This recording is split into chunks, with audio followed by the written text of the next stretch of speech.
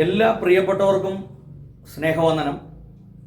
ഞാനിപ്പോൾ ബാംഗ്ലൂരിൽ ലക്ഷ്മിപുര ക്രോസ് എന്ന ഒരു സ്ഥലത്താണ്.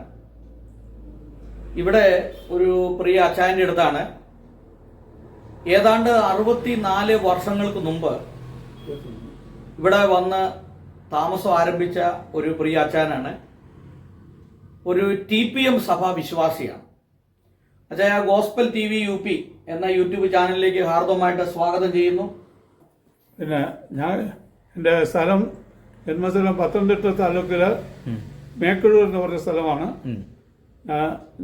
ഞങ്ങൾ ആക്ച്വലി ആദ്യത്തെ കേരളത്തിലെ ക്രിസ്ത്യാനികളിൽ പെട്ട ശങ്കര നമ്പൂതിരിയുടെ കൂട്ടത്തിൽപ്പെട്ടവർ ഞങ്ങളെ ശങ്കരഗിരി എന്നാണ് അറിയപ്പെടുന്നത്. അച്ചായന്റെ വീട്ടുപേരെന്താന്ന് പറഞ്ഞേ? ശങ്കരഗിരി. ഈ ആദ്യകാലങ്ങളിൽ തോമാസ്ലിക വന്ന് മാമോദിസ മുക്കിയ ആ കുടുംബങ്ങളിൽ ഒരെണ്ണാണ് ശങ്കരപുരി അല്ലേ? ശങ്കരഗിരി കുടുംബത്തിൽപ്പെട്ട ആളാണ്. പറഞ്ഞു. പിന്നെ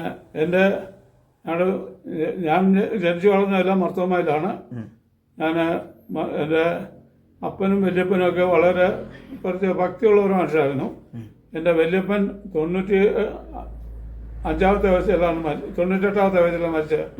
ആ സമയത്തും ബൈബിൾ പുള്ളിക്ക് കാണുപാടുമായിരുന്നു. നമ്മൾ ബൈബിൾ വായിക്കുന്നവരെ സ്വല്പം തെറ്റ് വന്നാൽ ഉടനെ നമ്മളെ തിരുത്തി തരുമായിരുന്നു. ആ കാലത്ത് ലൈറ്റ് ഇല്ലെങ്കിലും മണ്ണെണ്ണ വിളക്കിൻ്റെ അകത്ത് ഇരുന്ന് ബൈബിൾ വായിക്കുന്ന ഒരു അനുഭവം ഞാൻ കണ്ടിട്ടുണ്ട്. ഞാൻ കണ്ണാടി വെച്ചിട്ടുണ്ടോ എന്ന് ചോദിച്ചിട്ടുണ്ട്. ഇല്ലെന്നും പറഞ്ഞിട്ടുണ്ട്. അപ്പം അപ്പച്ചന് ആരോഗ്യവാനായിരുന്നു, എല്ലാ കാര്യം ചെയ്യുമായിരുന്നു. എൻ്റെ അപ്പനും 95 വയസ്സായപ്പോൾ മരിച്ചു. എൻ്റെ അമ്മച്ചി 98-ാമത്തെ വയസ്സിൽ മരിച്ചു. പിന്നെ ഞങ്ങൾ എൻ്റെ കുടുംബത്തിൽ ഞങ്ങൾ 7 പേരാണ്. ഞാൻ മൂത്ത ആളാണ്. എൻ്റെ സഹോദരന്മാര് എനിക്ക് 2 അനിയന്മാരും 4 പെങ്ങന്മാരും ഉണ്ട്. അപ്പൊ ഈ മാർത്തോമ വിശ്വാസത്തിലേക്ക് പിതാക്കന്മാരായിട്ട് ഈ മാർത്തോമ വിശ്വാസത്തിലേക്ക് എന്നു മുതലാണ് വന്നത്? അത് വരാനുള്ളൊരു കാരണം എന്താ? വല്യപ്പൻ പറഞ്ഞിട്ടുണ്ടോ അതിനെ കുറിച്ച്? അത് എനിക്ക് കൂടുതൽ അറിഞ്ഞുകൂടാ. എന്നാൽ അവര് എൻ്റെ ഗ്രാൻഡ് ഫാദറിന്റെ ഫാദർ വളരെ വളരെ ഭക്തിയുള്ള മനുഷ്യനായിരുന്നാണ് കേട്ടിട്ടുള്ളത്. കാരണം പുള്ളി മരിക്കാൻ നേരത്ത് എന്നെ കേൾപ്പാൻ ദൂതഗണങ്ങൾ കാത്തു നിൽക്കുന്നുണ്ട്. പിന്നെ എന്നൊക്കെ പറഞ്ഞു കഴിഞ്ഞപ്പം സാത്താനും ഇതുകൊണ്ടൊക്കെ വന്ന് കാത്തിരിക്കുന്നത് പറഞ്ഞപ്പം മരിച്ച സമയത്ത് ഒരു കറുത്ത പട്ടി ഓടിപ്പോയിട്ട് കണ്ടിട്ടെന്നാണ് പലരെന്ന് കേട്ടിട്ടുള്ളത്. ഞാൻ കണ്ടിട്ടില്ല. എനിവേ ലാസ്റ്റിൽ അപ്പം ഞങ്ങൾ മർത്തോമയിലാണ് ഓടിക്കൊണ്ടിരുന്നത്. ഞാൻ മർത്തോമയിലാണെങ്കിലും ഞാൻ എല്ലാ മർത്തോമയിലുള്ള ഇട മീറ്റിങ്ങിനൊക്കെ ഞാൻ പോകുമായിരുന്നു. ഒരു ദിവസം ഞാനും എൻ്റെ അമ്മച്ചിയും എൻ്റെ അപ്പൻ്റെ പെങ്ങളുമായിട്ട് ഒരു പെന്തിക്കോസ്ത് സഭയിൽ പോയി. ചെന്നപ്പോൾ അവിടെ എൻ്റെ ഉദ്ദേശം കാത്തിരിപ്പുമായിരുന്നെന്ന് തോന്നുന്നു.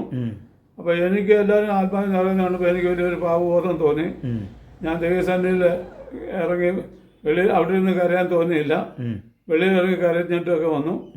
പിന്നെ 12 വയസ്സായപ്പോൾ ഞാൻ എൻ്റെ കർത്താവായി രക്ഷിക്കുന്നെന്ന് പറഞ്ഞ് ഞാൻ പബ്ലിക്കായിട്ട് തന്നെ ഏറ്റുപറയുകയൊക്കെ ചെയ്തു. ഞങ്ങളുടെ അവിടെ പിന്നെ ഒരു കൺവെൻഷൻ ഉണ്ട്, മർത്തോമക്കാരുടെ ഒലിമല കൺവെൻഷൻ. അത് ആ കാലത്തെ ഏറ്റവും വലിയൊരു കൺവെൻഷൻ, അത് കിഴക്കൻ തന്നെ ഏറ്റവും വലിയ കൺവെൻഷനാണ്. അവിടെ വെച്ച് ഞാൻ ആത്മാവിൽ നിറയും തുള്ളിച്ചാടുകയൊക്കെ ചെയ്തിട്ടുണ്ട്. അന്യഭാഷ എനിക്ക് അറിയത്തില്ലെങ്കിൽ തന്നെ ആത്മാവിൽ നിറഞ്ഞ് ഞാൻ സന്തോഷിച്ചിട്ടുണ്ട്. ആ കാലത്ത് അവിടെ എൻ്റെ വല്യമാച്ചൻ പറഞ്ഞത് മർത്തോമയിലുള്ള ഒരു പെൺകുട്ടികൾ ഒരു 14-നും 18 വയസ്സുള്ള 5 പെൺകുട്ടികൾ അന്യഭാഷയിൽ ഒരേ പാട്ട് ഒരേ ട്യൂണിൽ പാടിയെന്നാണ്. പുള്ളി മർത്തോമക്കാരനായിരുന്നു. പിന്നെ പുള്ളി TPMയിലായിരുന്നു മരിച്ചത് ലാസ്റ്റിൽ. അപ്പം അങ്ങനെ ഒരു നല്ല എൻ്റെ 12 വയസ്സുള്ള സമയത്ത് വലിയൊരു 100 കേരളത്തിൽ ട്രാവൻകൂറിലുണ്ടായി. ആ സമയത്ത് ഞങ്ങൾക്ക് വളരെ സന്തോഷം ഒക്കെ അനുഭവിക്കുമായിരുന്നു. പിന്നെ ഞാൻ മർത്തോമയിലായിരുന്നു. ഞങ്ങളുടെ ഒരു മർത്തോമയിലൊരു ഉപദേശി ഉണ്ടായിരുന്നു. പുള്ളി കുറച്ച് പ്രായമുള്ള മനുഷ്യൻ. അപ്പം എന്തെങ്കിലും വെളിപ്രസംഗം പോലെ വില്ലേജിലൊക്കെ പോയിട്ട് വിളിച്ചു പറയും. അപ്പം ഞാനുള്ളപ്പോൾ എന്നെ കൊണ്ടായിരുന്നു പോകുന്നത്. ഞാൻ പിന്നെ നാട് വിട്ട പിന്നെ എൻ്റെ അവനും നാട് വിട്ട ഞാൻ പിന്നെ ഞങ്ങൾ 3 ആണുങ്ങൾ 3 പേരും പുള്ളി കൊണ്ടുപോയിട്ട് പറയാമായിരുന്നു. എനിക്ക് നല്ല ശബ്ദം ഉണ്ടായിരുന്നു. കാരണം ഞാൻ പറഞ്ഞു കഴിഞ്ഞാൽ എൻ്റെ കൂട്ടുകാരൊക്കെ നീ അന്നോടെ ഇതുകൊണ്ടൊക്കെ വിളിച്ചു പറയാന്ന് കേട്ടെന്നൊക്കെ ചോദിക്കുമായിരുന്നു. അപ്പം അങ്ങനെ ഒരു അനുഭവത്തിൽ കൂടെ പോകുമായിരുന്നു. അപ്പം ഞാൻ 16 വർഷം മർത്തോമ സൺഡേ സ്കൂൾ പഠിച്ചു. പിന്നെ എൻ്റെ ഉദ്ദേശം ഒരു 2 വർഷത്തോളം ഞാൻ സൺഡേ സ്കൂൾ ടീച്ചറായിരുന്നു തോന്നുന്നു. പിന്നെ 63 ഞാൻ നാട് വിട്ട് ബാംഗ്ലൂർ വന്നു. ബാംഗ്ലൂർ വന്നിട്ട് അപ്പോൾ മർത്തോമയിൽ വെച്ച് ഞാൻ ബൈബിൾ വായിക്കുന്ന ദൈവമേ സത്യസഭ സത്യസുവിശേഷം എന്നെ മനസ്സിലാക്കി തരണമെന്ന് പറഞ്ഞ് പ്രാർത്ഥിക്കുമായിരുന്നു. പ്രാർത്ഥിക്കുന്ന സമയത്ത് ഞാൻ ബൈബിൾ പ്രകാരം ജീവിക്കണമെന്ന് വലിയ ആഗ്രഹം ഉണ്ടായിരുന്നു എനിക്ക്. അപ്പോൾ ആ വിധത്തിൽ ഞാൻ എപ്പോഴും അതിനനുസരിച്ച് ജീവിക്കാനൊക്കെ കൊണ്ട് നോക്കുമായിരുന്നു. ലാസ്റ്റിൽ ഒരു ദിവസം ഇവിടെ വന്നു കഴിഞ്ഞപ്പം ഞാൻ ബാംഗ്ലൂർ നാട്ടിലുള്ളപ്പോൾ രാവിലെ സൺഡേ സ്കൂള്, അത് കഴിഞ്ഞ് ആരാധന, അത് കഴിഞ്ഞ് യൂത്ത് മീറ്റിംഗ്. അപ്പം 3 ഞാൻ പങ്കുചേരുവാൻ ഞാൻ യൂത്ത് സീനിന്റെ സെക്രട്ടറി ആയിട്ടൊക്കെ ഇരുന്ന. അത് കഴിഞ്ഞപ്പോൾ ഞാൻ ഇവിടെ വന്നു. ഇവിടെ വന്നപ്പം അല്ല, ഈ ബാംഗ്ലൂർ വരാനുള്ളൊരു കാരണം എന്താ? ജോലി സംബന്ധിച്ച. അല്ല, അതെന്ത് ജോലിയായിരുന്നു? ഞാൻ ജോലി ചെയ്ത മിലിറ്ററി എഞ്ചിനീയറിംഗ് സർവീസിലായിരുന്നു. ഞങ്ങളുടെ ഒരു പാർട്ടി റിലേറ്റീവ് എന്നെ ഇവിടെ കൊണ്ടുവന്നത്. പുള്ളി MES കാരനായിരുന്നു. പുള്ളി പല കാര്യങ്ങൾ നോക്കി ലാസ്റ്റില് MES എനിക്ക് ജോലി വാങ്ങിച്ചു തന്നു. അങ്ങനെ ഏതായാലും ഞാൻ ബാംഗ്ലൂരിൽ എൻ്റെ 39 വർഷം സർവീസ് ചെയ്യാനെ കൊണ്ട് ദൈവം സഹായിച്ചത്. ഞാനൊരു സിവിലിയനായിരുന്നു. അപ്പം സിവിലിയൻ ആയിരുന്നുകൊണ്ട് ഒരുപാട് ബാംഗ്ലൂരിനുള്ളിൽ ട്രാൻസ്ഫർ അല്ലാതെ ഞാൻ വെളിയിലോട്ട് പോയിട്ടില്ല. ഒരു പ്രാവശ്യം വെളിയിൽ ട്രാൻസ്ഫർ ഒരു സർപ്ലസ് മീറ്റിംഗ് പോലെ വന്നപ്പം എൻ്റെ പിള്ളേർ ഇവിടെ പഠിക്കുകയാണ്. എനിക്ക് 4 മക്കളാണ്. 4 മക്കള് ഒരാണും 3 പെൺപിള്ളേരുമാണ്. അപ്പം അവരെ പഠിപ്പിച്ച സമയത്ത് ഞാൻ വേറെ ഒരു സ്റ്റേറ്റിൽ പോയാൽ അവിടെ പോയാൽ ഇംഗ്ലീഷ് മീഡിയം ആണെങ്കിലും അവിടെ ലോക്കൽ ലാംഗ്വേജ് പഠിക്കണമെന്ന് പറയും. അതുകൊണ്ട് ഞാൻ പേടിച്ച ദൈവത്തോട് പ്രാർത്ഥിക്കുമേ ട്രാൻസ്ഫർ മാറ്റി കിട്ടണം. അപ്പോൾ ഏതായാലും ബാംഗ്ലൂരിൽ തന്നെ കിട്ടി. അങ്ങനെ എൻ്റെ 39 വർഷക്കാലം ഞാൻ ബാംഗ്ലൂരിൽ തന്നെ സെർവ് ചെയ്തു. അപ്പം ഞാൻ മർത്തോമയിൽ ഇവിടെ വന്നിട്ട് ആദ്യത്തെ സൺഡേ എൻ്റെ വലിയമ്മച്ചൻ്റെ കൂടെ ഞാൻ താമസിച്ചുകൊണ്ടിരുന്നത്. അമ്മാച്ചൻ മർത്തോമയിലായിരുന്നു. പുള്ളി പെന്തിക്കോസിൽ പോയി. എന്നോട് ചോദിച്ചു നീ വരുന്നോടാന്ന് ചോദിച്ചു. ഞാൻ വരുന്നില്ലെന്ന് പറഞ്ഞു. അന്ന് രാത്രി എന്നോട് ദൈവം ഇടപെട്ടു. ഞാൻ ചെയ്ത വലിയ തെറ്റാണെന്ന് എനിക്ക് ദൈവം കാണിച്ചു തന്നു. അന്ന് ഞാൻ അത് ദൈവത്തിന് ഒരു തീരുമാനം എടുത്ത് ദൈവമേ എനിക്കിനിയും കിട്ടുന്ന സമയം ഞാൻ ഒരിക്കലും ആരാധന മുടക്കത്തില്ലെന്ന്. പിന്നെ ഒരു സമയത്ത് ഞാൻ ഒരു ചെറിയ ചില്ലിക്കാര്യം കൊണ്ട് മനസ്സിൻ്റെ ഒരു ഇതുകൊണ്ട് ഞാൻ പോയില്ല. പിന്നെ എനിക്ക് 2-3 ആഴ്ചകൾ യോഗത്തിന് വന്ന് പറ്റാത്ത സിറ്റുവേഷൻ വരും. എന്തെങ്കിലുമൊക്കെ പ്രശ്നം വന്നിട്ട് എനിക്ക് പോകാൻ പറ്റാതായി. ഇവിടെ ഞാൻ ദൈവത്തോട് ദൈവമേ എന്നോട് ക്ഷമിക്കണേ, ഞാൻ തെളിയിക്കണമെന്ന് പറഞ്ഞിട്ട് അതിനുശേഷമാണ് ദൈവം എന്നെ വിട്ടത്. സഭയിലും ദൈവത്തോട് ക്ഷമ ചോദിച്ചതിന് ശേഷം ദൈവം എന്നെ വിട്ടത്. അപ്പം അങ്ങനെ പോയിക്കൊണ്ടിരിക്കുമ്പം അപ്പം എനിക്ക് ഞാൻ പലയിടങ്ങളിലും നല്ലൊരു ജോലി കിട്ടാൻ ഇച്ചിരി താമസിച്ചു. അപ്പോൾ പലയിടത്തും ഇങ്ങനെ പോകുന്ന പറഞ്ഞാൽ അപ്പോൾ 2 കാര്യം ഉണ്ടായിരുന്നു.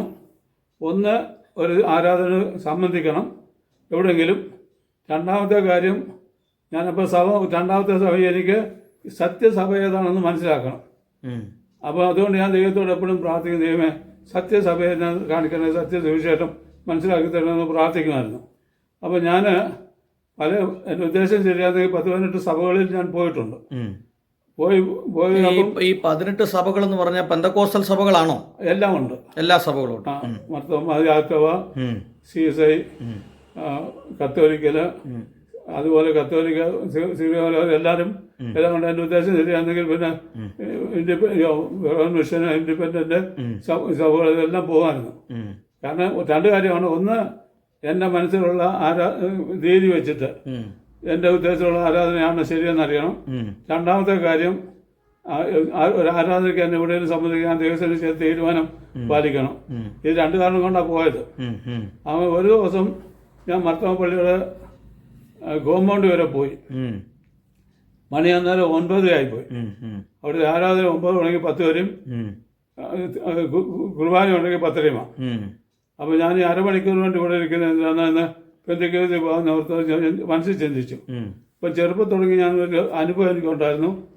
ഞാൻ ദൈവശബ്ദം കേൾക്കുന്ന അനുഭവം എൻ്റെ ജീവിതത്തിൽ ഉണ്ടായിരുന്നു. അപ്പോൾ ദൈവം എന്നോട് ഇടപെട്ടു, നീ ഇന്ന് ബന്ധുക്കോത്തിൽ പോയാൽ അനേക ആളുകൾ വർത്തമാനമായിട്ട് കാര്യത്തില്ല.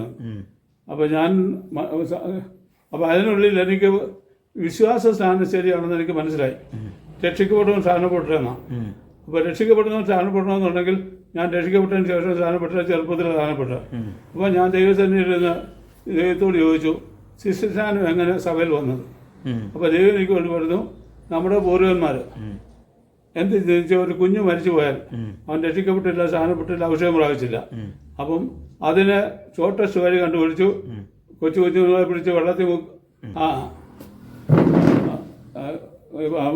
കൊച്ചു കുഞ്ഞുങ്ങളെ പിടിച്ച് വെള്ളത്തിൽ മുക്കിയാൽ മരിച്ചു പോകും. അതുകൊണ്ട് എങ്ങനെയെങ്കിലും അവരെ രക്ഷയിട്ട് നടത്തണം. അതിന് തലത്തൊട്ടപ്പനാക്കി സ്ഥാനപ്പെടുത്തണം. കുഞ്ഞുങ്ങളെ പിടിച്ച് രക്ഷിക്കപ്പെടുന്നതിന് പകരം തലത്തൊട്ടപ്പനാക്കി സ്ഥാനപ്പെടുത്തുന്നതിന് പകരം വെള്ളത്തിൽ തളിക്കലാക്കി മൂന്നാമത് ആത്മാവിഷയത്തിന് മുറോനും പുരട്ടി. അപ്പം അവർ ഷോർട്ടസ്റ്റ് വേ കണ്ടുപിടിച്ചു. അപ്പോൾ അത് ശരിയല്ലെന്ന് എനിക്ക് മനസ്സിലായി. അപ്പോൾ യേശുക്രിസ്തു പൗലോസ്തോത്രം പറയും, ഞാൻ ക്രിസ്തുവിനോടുകൂടെ മരിച്ചു അടക്കപ്പെട്ട് ജീവിക്കുന്ന ഞാനല്ല ക്രിസ്തു അത്രയെന്നാണ്. അപ്പോൾ മരിച്ചവരെ മാത്രമേ അടക്കാൻ പാടുള്ളൂ. മരിച്ചവരെ അല്ലാത്തവരെ അടച്ചവരെ ഞാൻ ശ്വാസം മുട്ടും. അതുകൊണ്ട് അപ്പോൾ ഞാൻ മനസ്സിലാക്കി വിശ്വസിക്കുന്ന സ്ഥാനപ്പെട്ടതെന്നാണ്. അപ്പോൾ സ്നാനം ചെയ്ത സ്ഥാനം ശരിയല്ല എന്നുള്ളത് മനസ്സിലാക്കി. അപ്പോൾ ഞാൻ അതിനു വേണ്ടി ഞാൻ നോക്കിയായിരുന്നു. അപ്പോൾ അപ്പോൾ ദൈവം, ഞാൻ ചെറുപ്പമായിരുന്നുകൊണ്ട് ഞാൻ സ്ഥാനപ്പെടാൻ തീരുമാനിച്ചപ്പം എൻ്റെ വീട്ടുകാർ എന്നെ വെറുക്കുന്നൊരു പേടി വന്നു. അപ്പോൾ ദൈവം എന്നോട് പറഞ്ഞു, എന്നെക്കാളും അധികം അപ്പനെയോ അമ്മയോ സഹോദരനെയോ സഹോദരനെയോ ദൈവം എനിക്ക് കൊള്ളാവുന്നതല്ലെന്ന്. അപ്പം ഞാൻ എങ്ങനെയെങ്കിലും ക്രിസ്തുവിന് വേണ്ടി മരിക്കാനും, എനിക്ക് മരണത്തെ ഭയമില്ലാത്തവനായിരുന്നു. അതുകൊണ്ട് ക്രിസ്തുവിന് വേണ്ടി മരിക്കാനും ഞാൻ റെഡിയായിരുന്നു. പക്ഷേ ലാസ്റ്റിൽ ഞാൻ മർത്തോപ്പള്ളിയുടെ വാതിക വരെ ചെന്നപ്പം ഞാൻ പള്ളി കയറാൻ ആരാധന അരമണിക്കൂറേ ഉള്ളെന്നോട് പറഞ്ഞുകൊണ്ട് എന്നാൽ ബന്ധുക്കോത്തിൽ പോകാൻ ഞാൻ മനസ്സുകൊണ്ട് ചിന്തിച്ചു കഴിഞ്ഞ ഉടനെ ദൈവത്തെ ആത്മാവിനോട് നീന്ന് വർത്തമാനമായി പോയാൽ ബന്ധുക്കോത്തിൽ പോയാൽ അനേക ആളുകളിലും വർത്തമാനം വരത്തില്ല. അപ്പം ഞാൻ ഒരു കാലത്തും ശരി, അപ്പോൾ ഞാൻ മർത്തമായിട്ട് ഞാൻ ശരിയാണെന്ന് അറിഞ്ഞാലും മർത്തമായിട്ട് പോകണമെന്ന് എനിക്ക് ആഗ്രഹമില്ലായിരുന്നു.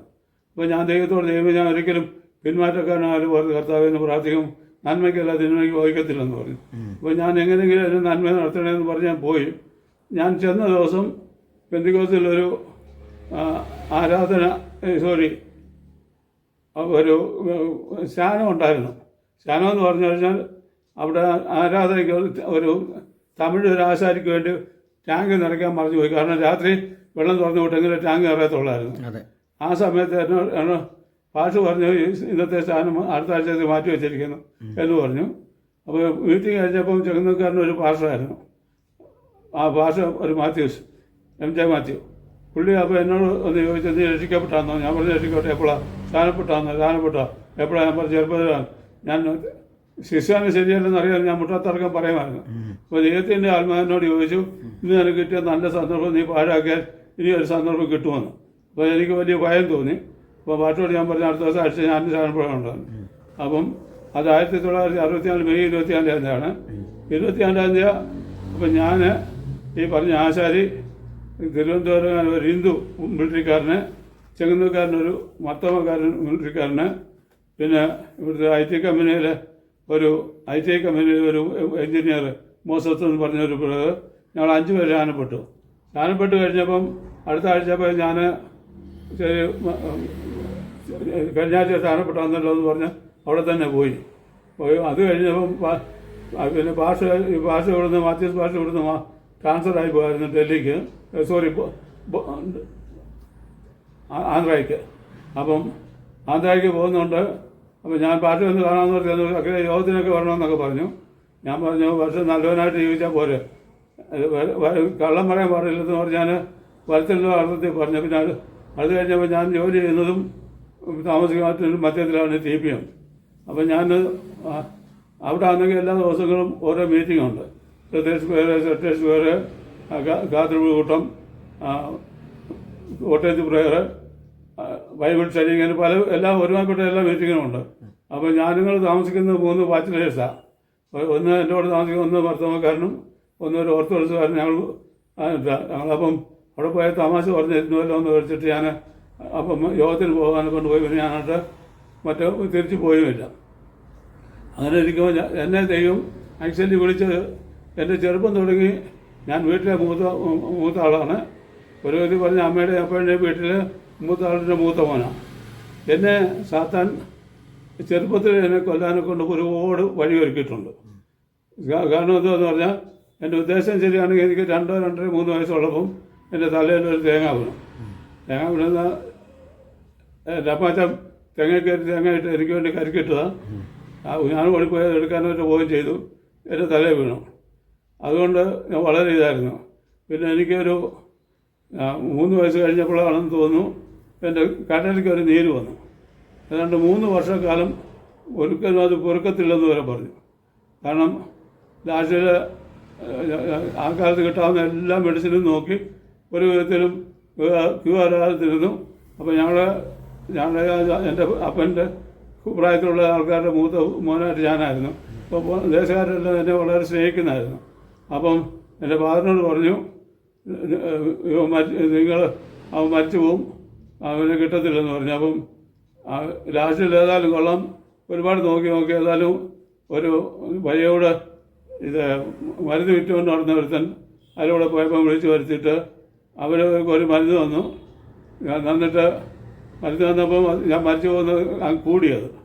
അപ്പോൾ മരിച്ചു പോകുന്നത് പ്രതീക്ഷിച്ചാണ് ദൈവം പക്ഷേ എനിക്ക് ജീവനെ തന്നു. അപ്പം മറ്റുള്ളവർ ഞങ്ങൾ വീട് തിരിച്ചു വെക്കാമെന്ന് വരെ പറഞ്ഞിട്ടുണ്ട് കൂട്ടുകാർ. ദേഷ്യപ്പെട്ടിട്ടല്ല, എൻ്റെ സ്ഥിതി അത് അത്ര മോശമായിരുന്നു. അങ്ങനെ ഇരിക്കുന്ന സമയത്ത് ഞാൻ അങ്ങനെ പല വട്ടവും ഞാൻ മരിക്കേണ്ട സന്ദർഭം ഉണ്ടായിട്ടുണ്ട്. പിന്നെ മരണത്തെക്കുറിച്ച് പറഞ്ഞു കഴിഞ്ഞാൽ ഒരുപാട് പറയാനുണ്ട്. കാരണം ഞാൻ ചെറുപ്പം തുടങ്ങി പല കാര്യങ്ങളും ഇവിടെ വന്നാണെങ്കിൽ ഒരുപാട് ആക്സിഡൻ്റ് ഉണ്ടായിട്ടുണ്ട്. ഒരു പ്രാവശ്യം ഞാൻ ജോലി ചെയ്യുന്ന സമയത്ത്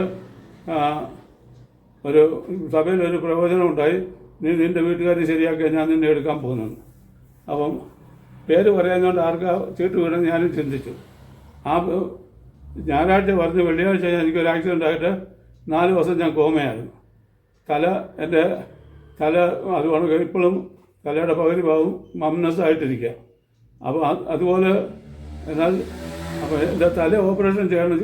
4ാമത്തെ ദിവസം എനിക്ക് ബോധം വന്നില്ല എങ്കിൽ ഓപ്പറേഷൻ ചെയ്യണമെന്ന് തീരുമാനിച്ചതാണ്. അപ്പോൾ അനേകങ്ങൾ എനിക്ക് വേണ്ടി പ്രാർത്ഥിച്ചുകൊണ്ടിരുന്നു. മർത്തമായാലും അതുകൊണ്ടുള്ള സഭയിലെല്ലാം എനിക്ക് വേണ്ടി ദൈവമേ, എൻ്റെ കുഞ്ഞുങ്ങൾ എനിക്ക് 4 പേരാണ്. അപ്പോൾ 4 പേരിൽ കൊച്ചു കുഞ്ഞുങ്ങളാണ്. 87. അപ്പം ഇസ്കാരാജിൻ്റെ വീട്ടിൽ കൊടുത്ത് തല ഓപ്പറേഷൻ ചെയ്താൽ ചിലർ പാരലൈസ് ആയിപ്പോകും, ചിലർ പല പ്രശ്നങ്ങളും ഉണ്ടാകും, അതിനും ആരോഗ്യരുതെന്ന് പറഞ്ഞ് നിങ്ങൾ പ്രാർത്ഥിച്ചപ്പം ദൈവം എനിക്ക് ഓപ്പറേഷൻ ചെയ്യുന്ന സമയത്ത് എനിക്ക് ആയുസിന് ഓർമ്മ വന്നു. പിന്നെ അത് കഴിഞ്ഞിട്ട് ഇങ്ങനെ ഇത്രത്തോളം ദൈവം എന്നെ നടത്തി. ഇസ്കെ രാജാവിൻ്റെ വയസ്സുകാർ കുട്ടികൾക്ക് എനിക്ക് 37 വർഷത്തോളം കൂട്ടി തന്നു. ഇത്രത്തോളം ദൈവം എന്നെ നടത്തുന്നു. അപ്പം അച്ഛൻ ഇപ്പൊ ഏത് കൂട്ടായ്മയിലാണ് പോയിക്കൊണ്ടിരിക്കുന്നത്? ഞാൻ ഈ TPM സഭയിൽ പോകാനുള്ള കാരണം എന്താണ്? അപ്പം ഞാൻ പറഞ്ഞു, എനിക്ക് ദൈവം ഞാൻ പറഞ്ഞു പ്രാർത്ഥിച്ചു കാണിച്ചപ്പം ഞാൻ പറഞ്ഞില്ല, മർത്തോമയിൽ പോയപ്പം ദൈവം എന്നെ കാണിച്ചു തന്നതാ. പിന്നെ ഞാൻ ഒരുപാട് ചെറുപ്പം തുടങ്ങി ബൈബിൾ സ്റ്റഡിയും അതുപോലൊക്കെ കേൾക്കുന്നതായിരുന്നു. അപ്പം TPMൽ സർവം വിട്ട് ദൈവത്തെ സേവിക്കുന്ന എന്നുള്ളത്. അപ്പം മർത്തോമയിലെയും ഓർത്തഡോക്സിലെ മെത്രാച്ചന്മാർ കല്യാണം കഴിക്കാൻ സർവം വിട്ടു വരുന്ന പോലെ തന്നെ TPMലുള്ളവരും അതേമാതിരി ഇതാണെന്ന് പറഞ്ഞപ്പോൾ എനിക്ക് അതൊരു ഇതായിട്ട് തോന്നി. പിന്നെ മറ്റുള്ള പല ആൾക്കാരും സമ്പാദിക്കുന്നുണ്ടല്ലോ, എന്നാൽ ഇവിടെ ആൾക്കാർ അവരായിട്ട് ഒന്നും കാണുന്നില്ല. പിന്നെ എനിക്ക് അവരായിട്ടുള്ള ഞാൻ ഇടപെട്ടിടത്തോളം വളരെ കാര്യങ്ങൾ ഞാൻ മനസ്സിലാക്കേണ്ടി വന്നു. ബൈബിളിനെ കുറിച്ച് ആണെങ്കിലും ഞാൻ ഒരുപാട് ബൈബിൾ വായിക്കുകയും അതുപോലെ പഠിക്കുകയും ദൈവത്തോട് പ്രാർത്ഥിക്കുകയും ചെയ്തു. അപ്പം അതേപോലെ എനിക്ക് TPMൻ്റെ ഉപദേശം നല്ലതെന്ന് എനിക്ക് തോന്നി. ദൈവം എന്നെ കാണിച്ചു തന്നതാണ്. അതുകൊണ്ട് ഞാൻ ഇങ്ങനെ നിൽക്കുന്നതേ ഉള്ളൂ. അപ്പോൾ ഞാൻ മറ്റേ എല്ലായിടത്തും പോകുമേ. ഇപ്പം എത്ര വർഷമായി അച്ഛൻ ഈ TPM സഭയിലെ വിശ്വാസിയായി നിൽക്കുന്നു? 1964 തുടങ്ങി മെയ് 24 ആനപ്പെട്ട് അന്ന് തുടങ്ങി ഇന്ന് വരെ. അച്ഛൻ്റെ വീട്ടിലുള്ള എല്ലാ അച്ഛൻ്റെ മക്കളും എല്ലാവരും TPM വിശ്വാസികളാണോ? എൻ്റെ 4 മക്കളിൽ എൻ്റെ 3 മക്കൾ TPM വിശ്വാസികളാണ്. ഒരു മോള് ശരിയായിട്ട് മൂത്ത മോള് കുറച്ച് ഐറ്റം വെയിറ്റും ഒക്കെ ഉണ്ടായിരുന്നു. അവൾക്ക് തൽക്കാലം ഒരു തുണ കിട്ടാതായി. ഒടുവിൽ IPSൽ ഒരു വന്നു. അത് പിന്നെ അങ്ങനെ IPSലാണ് അവൾ പോകുന്നത്. അച്ഛൻ ഈ ബാംഗ്ലൂർ വന്ന് ഇപ്പോൾ 64 വർഷമായല്ലോ. അപ്പോൾ ഈ ആദ്യകാലങ്ങളിൽ ഇവിടെ വന്നപ്പോൾ ഉള്ള അനുഭവങ്ങളെ കുറിച്ചൊക്കെ ഒന്ന് പറയാമോ? ഇവിടെ വന്നപ്പം ഇവിടെ അന്ന് TPMൽ വളരെ ചുരുക്കം പേരായിരുന്നു. എൻ്റെ ഉദ്ദേശം ബാംഗ്ലൂർ സെൻട്രൽ ഒരു സഭയുള്ളത് കോസ്റ്റ് ടൗണിലായിരുന്നു. അവിടെ ഒരു കഷ്ടിച്ച് ഒരു 70 പേരുണ്ടായിരുന്നു തോന്നുന്നു. എൻ്റെ ഉദ്ദേശമാണ് കേട്ടോ. ഒരു ചെറിയ ആളിൻ്റെ അകത്തുള്ള ആൾക്കാരെ ഉള്ളായിരുന്നു. ഇപ്പോൾ ബാംഗ്ലൂർ വളരെ ഒരുപാട് സഭകളുണ്ട്. കഴിഞ്ഞ കൺവെൻഷനൊക്കെ എൻ്റെ ഉദ്ദേശം ഒരു മോർ ദാൻ 40,000 മെമ്പേഴ്സൊക്കെ കൺവെൻഷന് കൂടിയിട്ടുണ്ടെന്ന് തോന്നുന്നു. അപ്പം അച്ഛൻ്റെ സഭയിൽ എത്ര വിശ്വാസികളുണ്ട്? ഞാൻ ഇപ്പോൾ പോകുന്ന സഭയിൽ ഏതാണ്ട് നിയർലി 1000. അപ്പം 7000 വിശ്വാസികളുണ്ട്. അവരൊക്കെ മലയാളികളാണോ? മലയാളത്തിലാണോ ആരാധന? ഞങ്ങൾക്ക് എല്ലാ ഭാഷക്കാരും ഉണ്ട്. ബാംഗ്ലൂരിൽ ഞങ്ങൾ താമസിക്കുന്ന ഏരിയ എയർപോർട്ട്സുകാരുടെ ഏരിയ ആയിരുന്നുണ്ട്. എയർപോർട്ടിലുണ്ടായിരുന്ന ആൾക്കാരൊക്കെ ഒരു സമയത്ത് 8 ഭാഷക്കാരുണ്ടായിരുന്നു. 8 ഭാഷ: കന്നഡ, തമിഴ്, തെലുങ്ക്, മറാഠി, ഗുജറാത്തി, ആംഗ്ലോ ഇന്ത്യൻസ്, ബംഗാളീസ്, പഞ്ചാബീസ്, എല്ലാവരും കൂടെ എൻ്റെ ഉദ്ദേശം 8 ഭാഷക്കാരുണ്ടായിരുന്നു. പിന്നെ ഇവിടെ ഇപ്പോൾ നടക്കുന്നത് മലയാളം, തമിഴ്, ഇംഗ്ലീഷ്, കന്നഡ, 4 ഭാഷയിൽ 4 സമയത്താണ് നടക്കുന്നത് അല്ലേ? ഒന്നിച്ച് തന്നെ ട്രാൻസ്ലേഷൻ പ്രസംഗം ട്രാൻസ്ലേറ്റ് ചെയ്ത് വിടും. ട്രാൻസ്ലേഷൻ ചെയ്യും. ഇപ്പോൾ ഇരിക്കുന്ന ഭാഷ തമിഴാണെങ്കിൽ മറ്റേ 3 ഭാഷയിൽ ട്രാൻസ്ലേഷൻ ചെയ്യും. പിന്നെ ഹിന്ദി ഹിന്ദി മാത്രം അറിയാവുന്നവർക്ക് മറ്റൊരു കോർണറിൽ അവർക്കുണ്ട്. ഇംഗ്ലീഷ് ഉണ്ട്. പിന്നെ തെലുങ്ക് വേണ്ടിയവർക്ക് തെലുങ്ക് ഒരു പ്രത്യേകിച്ച് ഒരിടത്തുണ്ട്.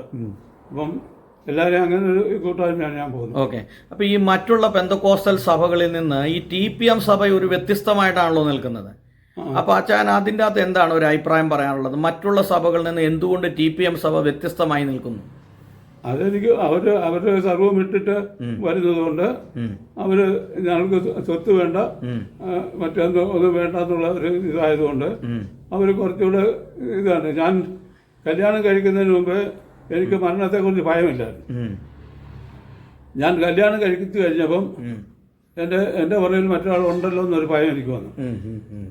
എന്ന് പറഞ്ഞാൽ അവർക്ക് മറ്റൊന്നും ചിന്തിക്കേണ്ട, സഭ മാത്രം അവർക്ക് മതി. ആൾക്കാരെ എങ്ങനെയും രക്ഷയിൽ പൂർണ്ണത നടത്തണമെന്നൊരു ആഗ്രഹമുള്ളതുകൊണ്ട് അവർ അങ്ങനെ പോകുന്നു എന്ന് ഞാൻ മനസ്സിലാക്കുന്നുള്ളൂ. അപ്പോൾ അച്ഛൻ ഏതാണ്ട് ഒരു 40 വർഷത്തോളമായിട്ട് ഈ TPM സഭ വിശ്വാസിയാണ്. 60 വർഷത്തേക്കുള്ളായി. 64, 74, 74, 84, 94, 104, 124, 50, 60 വർഷത്തോളമായി. അപ്പോൾ ഇത്രയും വർഷത്തെ ഒരു അനുഭവം വെച്ച് TPM സഭയുടെ ഒരു വളർച്ചയെക്കുറിച്ച് ഒന്ന് പറയാമോ? ഒരുപാട് വളർച്ചയുണ്ട് ബാംഗ്ലൂരിൽ. അന്ന് ഞാൻ 64 ഞാൻ പെന്തിക്കോസ്ത് ചേരുമ്പോൾ ഞാൻ പറഞ്ഞു കഷ്ടിച്ച് ഒരു 70 പേര് കാണുമായിരുന്നെന്ന് തോന്നി. അത് മുഴുവൻ ബാംഗ്ലൂരാണെന്ന് തോന്നുന്നു. കാരണം മറ്റു ബ്രാഞ്ചസ് ഉള്ളതായിട്ട് എനിക്ക് ഓർമ്മയില്ല. ഈ 64 ഇവിടെ TPM സഭ ഉണ്ടോ? അതിന് മുമ്പേ ഉണ്ട്. അപ്പൊ ശരിക്കും പറഞ്ഞാൽ ആദ്യകാല പെന്തക്കോസ്റ്റൽ സഭകളിൽ ഒരു സഭയാണ് TPM ഇവിടെ ബാംഗ്ലൂരിൽ അല്ലേ?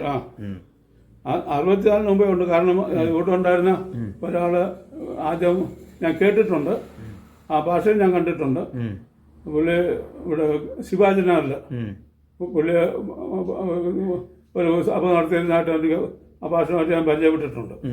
അത് കഴിഞ്ഞിട്ട് പിന്നെ ഞാൻ 64 വരുന്നതിന് മുമ്പ് ഇവിടെ ഉണ്ടെന്നുള്ളത് നല്ലതെനിക്കറിയാം. പിന്നെ എത്ര വർഷമായെന്നുള്ളത് എനിക്ക് അറിഞ്ഞുകൂടാ. ഓക്കെ. അപ്പോൾ ഇപ്പോൾ ഈ TPM സഭയിൽ വന്നതിന് ശേഷം അച്ചായൻ്റെ കുടുംബത്തിലുള്ള എല്ലാവരും TPM സഭ വിശ്വാസികളാണ് അല്ലേ? എൻ്റെ 3 മക്കളും കുടുംബവും ഞാനും എൻ്റെ ഭാര്യ IPCക്കാരായിരുന്നു. നമ്മുടെ ഭാഷ PM ഫിലിപ്പിൻ്റെ കസിൻ്റെ മോളാണ് എൻ്റെ ഭാര്യ കുമ്മനാട്. ഓക്കെ. അപ്പോൾ ഈ വിശ്വാസ ജീവിതത്തിൽ വന്നപ്പോൾ മാർത്തോമ സഭയിൽ നിന്ന് എതിർപ്പുകളും എല്ലാം ഉണ്ടായോ? അല്ലെ, മാർത്തോമ സഭയിൽ നിന്നല്ല, വീട്ടിൽ നിന്ന് ഞാൻ പറഞ്ഞ എനിക്ക് ചെറുപ്പത്തിൽ മരണത്തെക്കുറിച്ച് പേടിയില്ലാത്തവനായിരുന്നു. ഞാൻ ക്രിസ്തുവിന് വേണ്ടി മരിക്കാൻ റെഡിയായിരുന്നു. എന്നാൽ ഞാൻ ചെറുപ്പം തുടങ്ങി ആരെയും ഞാൻ ഭയപ്പെടാത്തവനായിരുന്നു. ഞാൻ വടക്കിന് പോകത്തില്ല, പറഞ്ഞിട്ട് വിടാത്ത ഒരു സ്വഭാവക്കാരനായിരുന്നു. അപ്പം എൻ്റെ ആത്മീയ കാര്യത്തിന്, എൻ്റെ പേഴ്സണൽ ലൈഫിന് ആരും തലവടത്താൻ ഞാൻ ഇഷ്ടപ്പെടാത്തവനായിരുന്നു. അതാരാണെന്ന് ഞാൻ എടുക്കുമായിരുന്നു. എൻ്റെ അപ്പന് പിന്നെ കല്യാണ സമയത്ത് മാത്രം എനിക്ക് സ്വല്പം പ്രശ്നം പോലെ വന്നു എന്ന് പറഞ്ഞാൽ മറ്റൊന്നുമില്ല. ഒരുപാട് കല്യാണം പലയിടത്തു നിന്നും വന്നു. പക്ഷേ ഞാൻ പറഞ്ഞു, ഞാൻ പെന്തിക്കോസിൽ നിന്ന് മാത്രമേ കല്യാണം കഴിക്കത്തുള്ളൂ. ഇണയിലാപ്പെട്ട കൂടെ എടുത്തെന്നാണ് അത് എന്ന് പറഞ്ഞില്ലെങ്കിൽ തന്നെ എൻ്റെ മനസ്സിലുണ്ടായിരുന്നുകൊണ്ട്. അപ്പം അല്ല, വർത്തമാനം നിന്നൊക്കെ ഒരു കല്യാണം വരണമെങ്കിൽ പെൺകുട്ടി രക്ഷിക്കപ്പെട്ട പെണ്ണ് സ്നാനപ്പെടാമെന്ന് പറഞ്ഞാൽ സ്വീകരിച്ചോളാമെന്ന് പറഞ്ഞു. അപ്പം എൻ്റെ ഭാര്യ എന്ന് പറഞ്ഞാൽ അവൾ ജനിച്ചു വളർന്നത് തന്നെ പെന്തിക്കോസിലാണ്.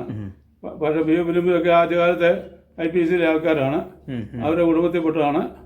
അപ്പം അത് അദ്ദേഹം, അപ്പം എൻ്റെ അമ്മായപ്പനും കുമ്മനാട്ട് ബദേൽ ബുക്കിൽ ഇപ്പോൾ എന്ന് പറഞ്ഞു തന്നുണ്ട്, അതിൻ്റെ ഓണറായിരുന്നു. അപ്പോൾ പുള്ളി ഒരു നല്ല മനുഷ്യനായിരുന്നു. അപ്പം അവിടെ എന്നാൽ എൻ്റെ ഭാര്യയെക്കുറിച്ച് പറഞ്ഞാൽ എനിക്ക് പറ്റിയ ഒരു തുണയായിരുന്നു. ഞാൻ ഒരുപാട് കല്യാണം എനിക്ക് വേണ്ടി ആലോചിച്ചു. കാരണം ഞാൻ പെന്തിക്കോസിൽ നിന്ന് കല്യാണം കഴിച്ചതെന്ന് പറഞ്ഞപ്പോഴും ഒരുപാട് ഇടത്തിൽ പോവുകയും എടുക്കുകയൊക്കെ ചെയ്യേണ്ടി വന്നിട്ടുണ്ട്. പിന്നെ പല ഭാഷന്മാരും എനിക്ക് വേണ്ടി ആലോചിച്ചിട്ടുണ്ട്. അപ്പം എൻ്റെ ജീവിതത്തിൽ ഞാൻ കണ്ടിടത്തോളം ഏതെങ്കിലും ചില കല്യാണം ആലോചിച്ച് കഴിഞ്ഞാൽ, കല്യാണാലോചന അല്ലെങ്കിൽ അതുപോലെ എന്തെങ്കിലും വന്നു കഴിഞ്ഞാൽ എനിക്ക് ദൈവം ഉടനെ അത് വെളിപ്പെടുത്തുമായിരുന്നു, അത് വേണ്ടെന്നുള്ളത്. അപ്പോൾ ഞങ്ങളുടെ ഒരു പാസ്റ്റർ ഒരു 2 കല്യാണം പറഞ്ഞ് ഏതെങ്കിലും ഒന്ന് നോക്കിക്കോളാൻ പറഞ്ഞു. അപ്പം ഞാൻ വീട്ടിൽ മൂത്ത ആളായതുകൊണ്ട് വീട്ടിനെ ഹെൽപ്പ് ചെയ്യണമല്ലോ എന്ന് പറഞ്ഞ് ഞാൻ കുറച്ച് എന്താ പറയുന്നത്, ജോലിയുള്ളൊരു പെണ്ണിനെ കല്യാണം കഴിക്കണമെന്നൊരു ആഗ്രഹം ഉണ്ടായിരുന്നു. അപ്പോൾ അത് അങ്ങനെ വന്നപ്പോൾ ജോലിയുള്ള 2 പിള്ളേരുടെ കാര്യം പറഞ്ഞു. അപ്പോൾ ഞാൻ പറഞ്ഞു, അവർ ശരിയല്ലെന്ന് തോന്നുന്നു ഭാഷ എന്ന് പറഞ്ഞു സകലത്തെ ഒന്ന് പ്രാർത്ഥിച്ച് നോക്കുമെന്ന് പറഞ്ഞു. ഞാൻ പ്രാർത്ഥിച്ചിട്ട് കിടന്നപ്പം ദൈവം എനിക്ക് അന്ന് രാത്രി നല്ലൊരു വെളിച്ചം, ഞാൻ കിടക്കുന്നിടത്ത് ഭയങ്കര ഒരു വെളിച്ചത്തിൽ ഞാൻ താഴെ കിടക്കുമായിരുന്നു. അപ്പം എൻ്റെ ഇടത്തും വലത്തും 2 പേര് കിടന്നുകൊണ്ടിരുന്നു. അപ്പം പെട്ടെന്ന് വെളിച്ചം വന്നപ്പോൾ ഞാൻ കണ്ണ് തുറന്നപ്പോൾ കൊണ്ട് ഭിത്തിയിലോട്ട് അങ്ങ് കയറി, 2 പാമ്പിൻ്റെ രൂപത്തിൽ കയറിയിട്ട് എന്നെ ചിരിച്ചു കാണിച്ചു. അപ്പം ഞാൻ ഭാഷയോട് പറഞ്ഞു ഇങ്ങനെയാണെന്ന് പറഞ്ഞു. അത് സകലത്തിൻ്റെ മനസ്സിലെ ചിന്തയാണെന്നൊക്കെ പറഞ്ഞു. പിന്നെ എൻ്റെ ഭാര്യയ്ക്ക് ഞാൻ ഒരുപാട് നടന്ന് അപ്പോൾ ഈ കല്യാണം വന്നപ്പോൾ എനിക്ക് ആക്ച്വലി വലിയ ഇഷ്ടമില്ലായിരുന്നു. എന്നാൽ ലാസ്റ്റിൽ പലരുടെയും നിർബന്ധം കൊണ്ട് കല്യാണം കഴിക്കേണ്ടി വന്നത്. അപ്പോൾ കല്യാണം കഴിക്കാൻ എനിക്ക് ഇഷ്ടമില്ലായിരുന്നു. എനിക്ക് 25 വയസ്സേ ഉള്ളായിരുന്നു കല്യാണം കഴിക്കുമ്പോൾ. അപ്പോൾ അതിന് എൻ്റെ വീടിനെ എല്ലാം ഒന്ന് സെറ്റാക്കിയിട്ട് കല്യാണം കഴിക്കുന്നതൊക്കെ ചിന്തിച്ച എൻ്റെ അപ്പനും അമ്മയും വീട്ടുകാരും എല്ലാം എനിക്ക് വേണ്ടി ഒരുപാട് കല്യാണം ആലോചിച്ചു. അങ്ങനെ ഇരിക്കുന്ന പറഞ്ഞാൽ പിന്നെ നിർബന്ധം കൊണ്ട് അവരുടെ നിർബന്ധം കൊണ്ടാണ് നാട്ടിൽ പോയത് തന്നെ. അങ്ങനെ വന്നപ്പോൾ ലാസ്റ്റിൽ എൻ്റെ ഭാര്യയെ സംബന്ധിച്ചിടത്തോളം ഞാൻ കുറച്ച് മുൻകോപിയും കുറച്ച് പിടിവാശിക്കാരനൊക്കെ ആയിരുന്നു. എന്നാൽ എൻ്റെ ഭാര്യ എന്ന് പറഞ്ഞാൽ എനിക്ക് പറ്റിയ ഒരാളിനെ ദൈവം ഒരുക്കിയിരുന്നു. അതുകൊണ്ട് വീട്ടിൽ സമാധാനമായിട്ട് ഞങ്ങൾ ജീവിക്കാൻ ദൈവം സഹായിച്ചു. അവർ മരിച്ചുപോയിക്കളും നമുക്ക് അതിൻ്റെതായിട്ടുള്ള പല സ്നേഹവും കരുതലും കിട്ടാത്തതുകൊണ്ട് ചിന്തയുണ്ട്. പിന്നെ മക്കളെ അടുത്തുള്ളതുകൊണ്ട് പിന്നെ അങ്ങനെ ജീവിക്കുന്നു എന്ന് പറഞ്ഞാൽ മതി. അച്ചായൻ്റെ ഈ പെന്തക്കോസ്റ്റൽ ജീവിതത്തിലെ വന്നതുകൊണ്ട് ഉണ്ടായ ഗുണങ്ങളെക്കുറിച്ച് ഒന്ന് വിവരിക്കാമോ?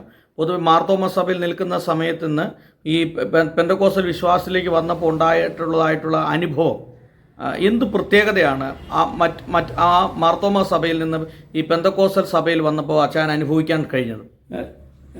ആത്മാവിൽ മാർത്തോമയിലുള്ളപ്പോൾ ഞങ്ങൾ ആത്മാവിൽ സന്തോഷിക്കുന്നുണ്ടായിരുന്നു. പക്ഷേ അങ്ങനെ ഒരു ആരാധന ഇല്ലല്ലോ. മാർത്തോമയിലെ ഒരു ഇത് കാണണം. പക്ഷെ അത് ശരിയല്ലെന്ന് ദൈവം എനിക്ക് മനസ്സിലാക്കി തന്നു. കണ്ടുവേണം. ലാസ്റ്റിൽ പെന്തക്കോസ്ത് വന്നു കഴിഞ്ഞപ്പം സത്യത്തിൽ ആത്മാവിൽ ദൈവത്തെ ആരാധിപ്പാൻ സഹായിച്ചു. പിന്നെ എനിക്ക് പിന്നെ മാർത്തോമയിൽ നിൽക്കുന്നത് തന്നെ ഞാൻ മരുന്നിനെ കുറിച്ച് ഇഷ്ടപ്പെടാത്തവനായിരുന്നു. കാരണം എൻ്റെ തലയിലെ രോഗം പോലെ എണ്ണപ്പെട്ടിരിക്കുന്ന ദൈവം, ഞാൻ ശരിയാണെങ്കിൽ ദൈവത്തിന് ശരിയാണെങ്കിൽ മരുന്നെടുക്കുന്നത് ശരിയല്ല എന്നുള്ള ചിന്തക്കാരനായിരുന്നു. ആ കാലത്ത് ഞങ്ങളുടെ മാർത്തോമയിൽ തന്നെ മേഖലയിലുള്ള എത്ര പേര് രക്ഷിക്കപ്പെട്ട് സ്ഥാനപ്പെട്ട അഭിഷേകം ഭാവിച്ച ഭർത്തമാക്കാരുണ്ടായിരുന്നു. അവർ പലരും മരുന്നുകൾ എടുക്കാത്തവരും ഉണ്ടായിരുന്നു. ഇപ്പോഴും ഉണ്ടെന്ന് തന്നെ അറിവ് എനിക്ക്. ഇത്രയും വർഷത്തിലൂടെ എനിക്ക് എങ്ങനെയൊക്കെ അറിഞ്ഞുകൂടാ. എനിവേ, അപ്പം ഇവിടെ വന്നപ്പോഴും പിന്നെ വിശ്വാസത്തിൽ പിന്നെ ഞാൻ ഒരുപാട് ദൈവിക സുഖത്തിൽ ഒരുപാട് ഞാൻ അനുഭവിച്ചിട്ടുണ്ട്. പലർക്കും വേണ്ടി ഞാൻ പ്രാർത്ഥിച്ച് സുഖമായിട്ടുമുണ്ട്. എൻ്റെ മൂത്ത മകളാണെങ്കിലും ഏതാണ്ട് ഉദ്ദേശം ഒരു 4-5 മാസം കാണുമായിരുന്നു തോന്നുന്നു. ഒരു ദിവസം കിടക്കുമായിരുന്നു. അപ്പോൾ ഇവൾ ഒരുമാതിരി കണ്ണിങ്ങനെ ഒരുമാതിരി അപ്പം എന്നോട് എൻ്റെ ഭാര്യ പറഞ്ഞു, എന്താ അവൾ ഒരുമാതിരി കിടക്കുന്നല്ലോ എന്ന് പറഞ്ഞു. ഞാൻ നോക്കിയ കണ്ണിൻ്റെ കൃഷ്ണോടി 2 ഭാഗം മേപ്പോട്ട് പോകുന്ന തോന്നി. അപ്പം ഞാൻ ലാസ്റ്റിൽ കയ്യിലെടുത്ത് വെച്ച് പ്രാർത്ഥിച്ചതും ദൈവം അവർക്ക് സുഖത്തെ കൊടുത്തു. ഞാനും രാത്രിയിൽ എൻ്റെ രണ്ടാമത്തെ മോള് എന്താ നോർത്ത് ഇന്ത്യയിലായിരുന്നു ജോലി ചെയ്തുകൊണ്ടിരുന്നത്. അവിടെ ഫസ്റ്റ് പ്രസവത്തിനും സെക്കൻഡ് പ്രസവത്തിനും വളരെ BP കൂടുതലായിരുന്നു. സെക്കൻഡ് പ്രസവത്തിന് വന്നപ്പം BP അങ്ങ് കൂടി.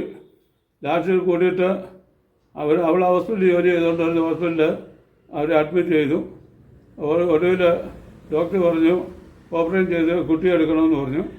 അപ്പം മരുമോനോട് ചോദിച്ചു എന്താ ചെയ്യുന്നതെന്ന് ചോദിച്ചു. അപ്പം അമ്മ വേണോ കുഞ്ഞിനെ വേണമെന്ന് ചോദിച്ചു. അപ്പം അവൻ പറഞ്ഞ അമ്മയെ വേണ്ടി വരും.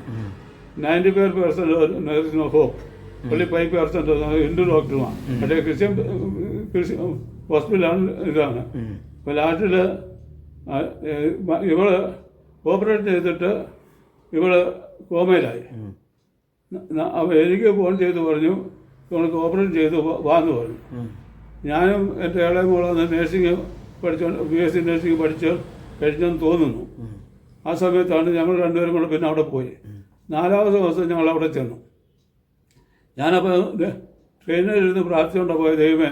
പിന്നെ എന്നെ പരിചയമുള്ളൊരു സുവിശേഷ വേലക്കാരിയായിരുന്നു അന്ന് അവിടെ ഇരുന്നത്. അവർ അറിയാവുന്ന പെയ്ത്തോമിനും എല്ലാവർക്കും ഫോൺ ചെയ്ത് പറഞ്ഞു ഇതുപോലൊക്കെ ഇങ്ങനെയാണ് സിറ്റുവേഷൻ എന്ന് പറഞ്ഞു. അപ്പോൾ എനിക്ക് ലാസ്റ്റിൽ എന്നോട് എന്താ എങ്ങനെയുണ്ടെന്നൊന്നും സജി പറഞ്ഞില്ല. ലാസ്റ്റ് ഏതായാലും കൊള്ളാം. ഞാൻ 4ാമത്തെ ദിവസം അവിടെ ചെന്നപ്പം അവിടുത്തെ ഹെഡ് നേഴ്സ് അവിടുത്തെ നേഴ്സിംഗ് ഹെഡ് ഒരു കന്യാസ്ത്രീയാണ്. അപ്പോൾ എന്നോട് പറഞ്ഞു ഇവിടെ ഞങ്ങളുടെ ഹോസ്പിറ്റലിൽ അവിടുത്തെ ഏറ്റവും വലിയ ഹോസ്പിറ്റലാണ് ജാൻസിയിൽ, ജർമ്മനി ഹോസ്പിറ്റലെന്ന്. ഇവിടെ ഞങ്ങളുടെ ഹോസ്പിറ്റലിൽ ഒരുപാട് പേര് ജോലി ചെയ്യുന്നുണ്ട്. ഇത് നിങ്ങളുടെ മോഡ് അത്രയും നല്ലൊരു കുട്ടി ആരുമില്ല. അതുകൊണ്ട് ഞങ്ങൾ അവൾ ദൈവത്തിൽ നിന്ന് പിടിച്ചു വാങ്ങിച്ചാന്ന് പറഞ്ഞു. അപ്പം ഞാൻ ചെല്ലുമ്പോൾ 4ാമത്തെ ദിവസം ഞാൻ അവിടെ ചെന്നത്. അപ്പം ഞാൻ സംസാരിക്കുന്ന പറയുമ്പോൾ ജീവൻ വന്നു. അപ്പം ഒടുവിൽ ശവത്തിന് കുത്തിക്കെട്ടുണ്ടോ എന്ന് പറഞ്ഞ് ഇവർ ഓപ്പറേഷൻ ചെയ്ത് കുത്തിക്കെട്ടി പോലും ഇല്ലായിരുന്നു. 2ാമത് കുത്തിക്കെട്ടി. അപ്പം ലാസ്റ്റിൽ ഒടുവിൽ ദൈവം അവൾക്ക് ഇത്രത്തോളം ആയുസ് കൊടുത്തു, ദൈവം കാത്തു.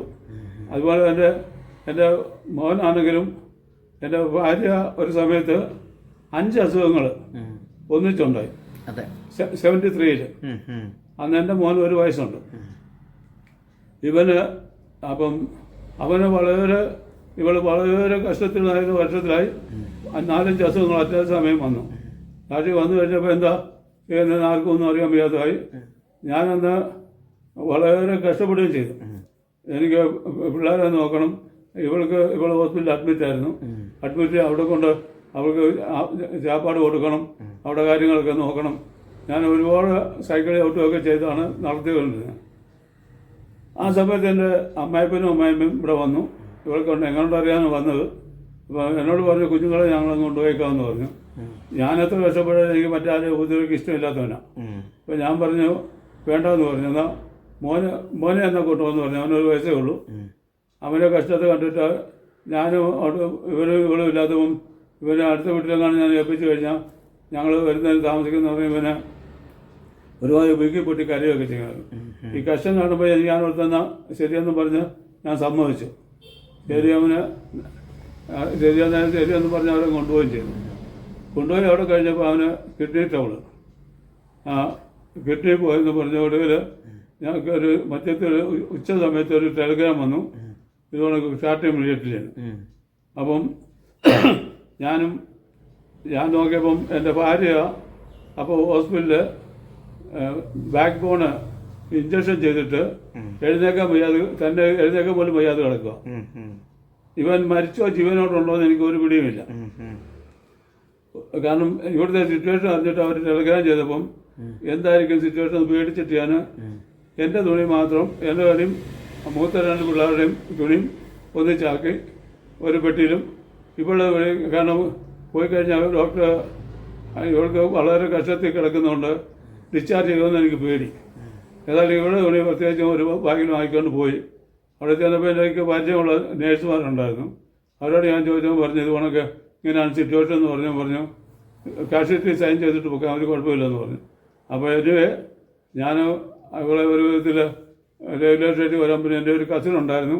അവനോട് ഞാൻ പറഞ്ഞു സിറ്റി പോയിട്ട് ഒരു ബെർത്ത് പിടിച്ചുകൊണ്ട് പോകാമെന്ന് പറഞ്ഞു. ഒരു സീറ്റ് പിടിച്ചുകൊണ്ട് വന്നു.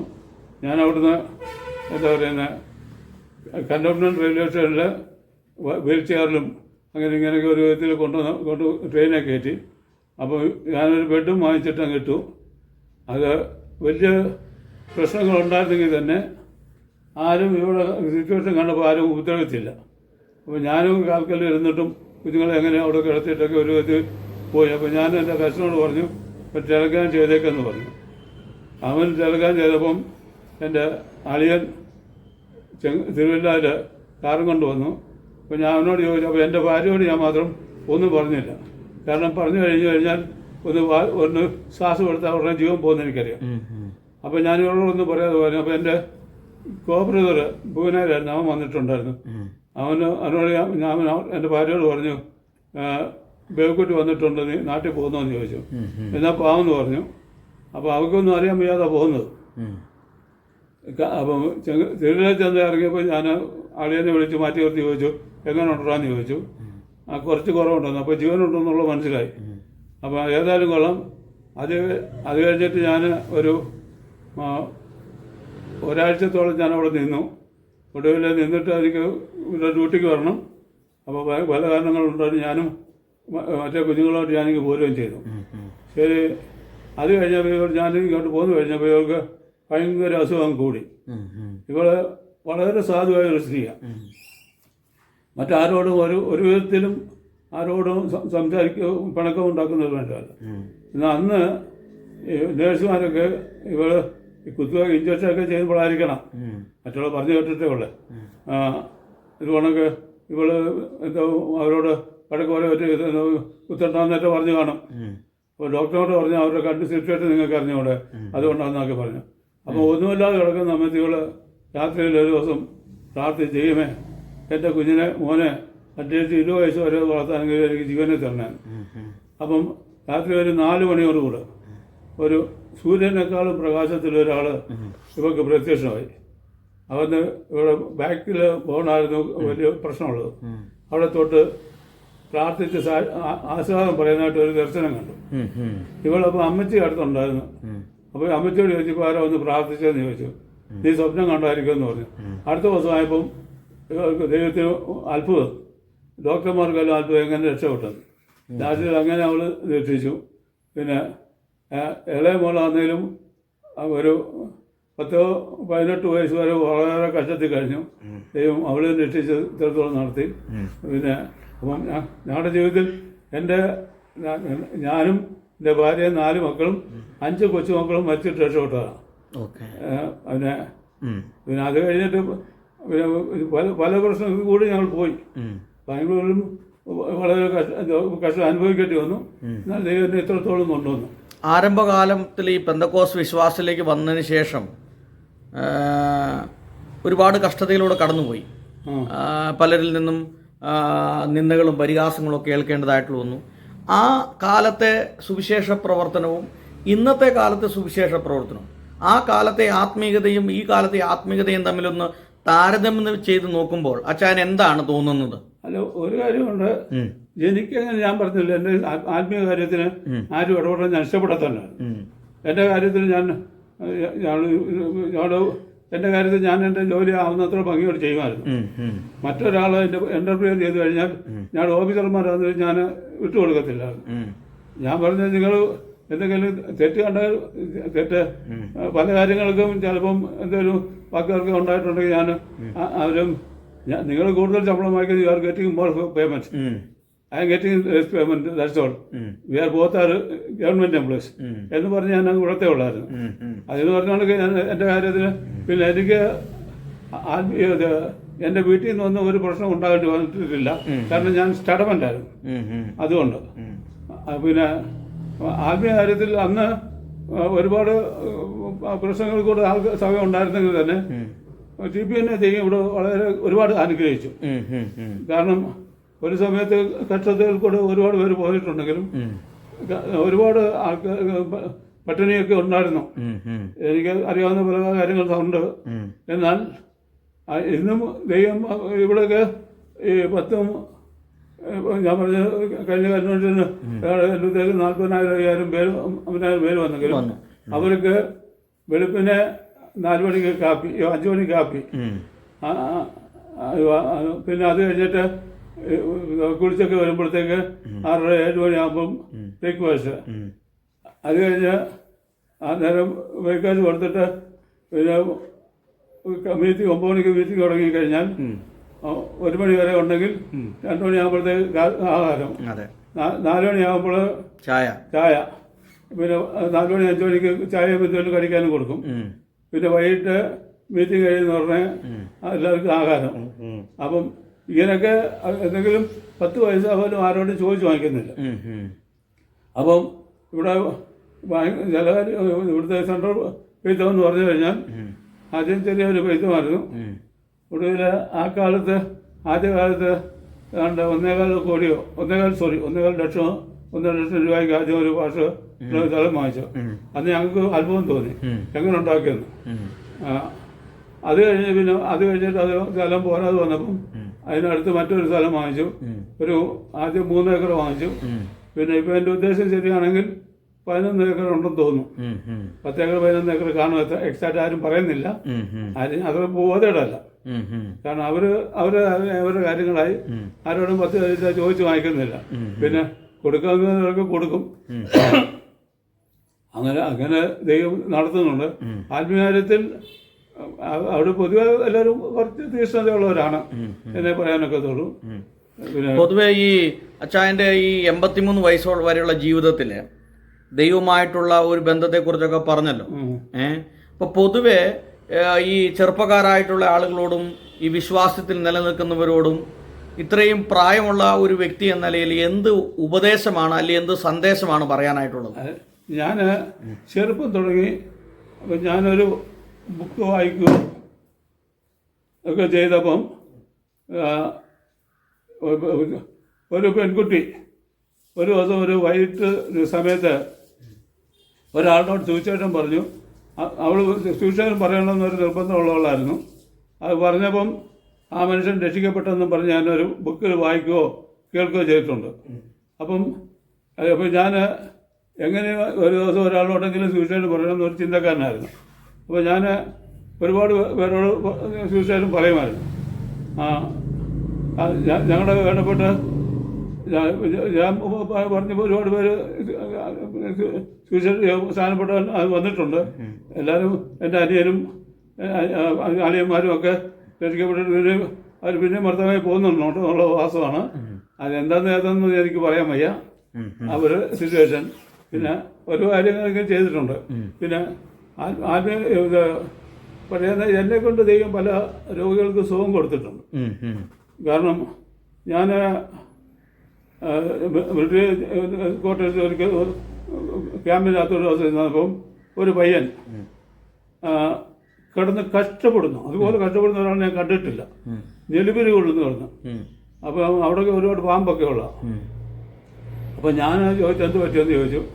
അപ്പോൾ അവർ പറഞ്ഞു വയറ്റുവേദനയാണ്. അപ്പോൾ എനിക്ക് കന്നഡ എന്ന് പറയാൻ അറിയത്തില്ല. 65-ലാണെന്ന് തോന്നുന്നു. 65-66-ലാണ്. എനിക്ക് കന്നഡ പറയാൻ അറിയത്തില്ല. പിന്നെ ഞാൻ തമിഴും തമിഴും മലയാളം എല്ലാം കൂടെ ചേർത്ത് പറയും. അപ്പോൾ അവർ പറഞ്ഞു ഞാനൊന്നും പറഞ്ഞില്ല.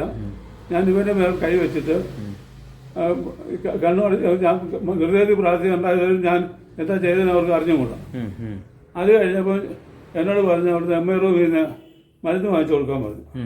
ഞാൻ പറഞ്ഞു ഞാൻ പ്രാർത്ഥിച്ചു സുഖമായി പൊക്കോളാൻ പറഞ്ഞു. പക്ഷേ ഞാൻ പറഞ്ഞത് അവർക്ക് മനസ്സിലായില്ല. എൻ്റെ പാട്ട് ശരിയല്ല എന്നുണ്ട്. അപ്പം അവരെ കഴിഞ്ഞ് പിന്നെ ഒരു ദിവസം എന്നെ കണ്ടപ്പം ഈ പയ്യന് പിന്നെ അന്നുണ്ടായിരുന്നവരെല്ലാം കൂടെ എന്നെ ഞാൻ ജോലി സ്ഥലത്ത് ഞാൻ നിൽക്കുന്നവരെ കണ്ടു. അപ്പോൾ ഞാൻ എൻ്റെ പാട്ട് കൊണ്ട് അവർ മനസ്സിലാക്കി ഞാൻ മലയാളിയാണ്. മലയാളികൾ ഒരു മന്ത്രവാദികളാണെന്ന് ഇവർ കേട്ടിട്ടുണ്ടെന്ന് തോന്നുന്നു. മന്ത്രവാദം ചെയ്യാം. എന്നോട് ചോദിച്ചു, നിങ്ങൾ അന്ന് ഈ പയ്യന് വേണ്ടി എന്തോ മന്ത്രവാദം ചെയ്താണെന്ന് ചോദിച്ചു.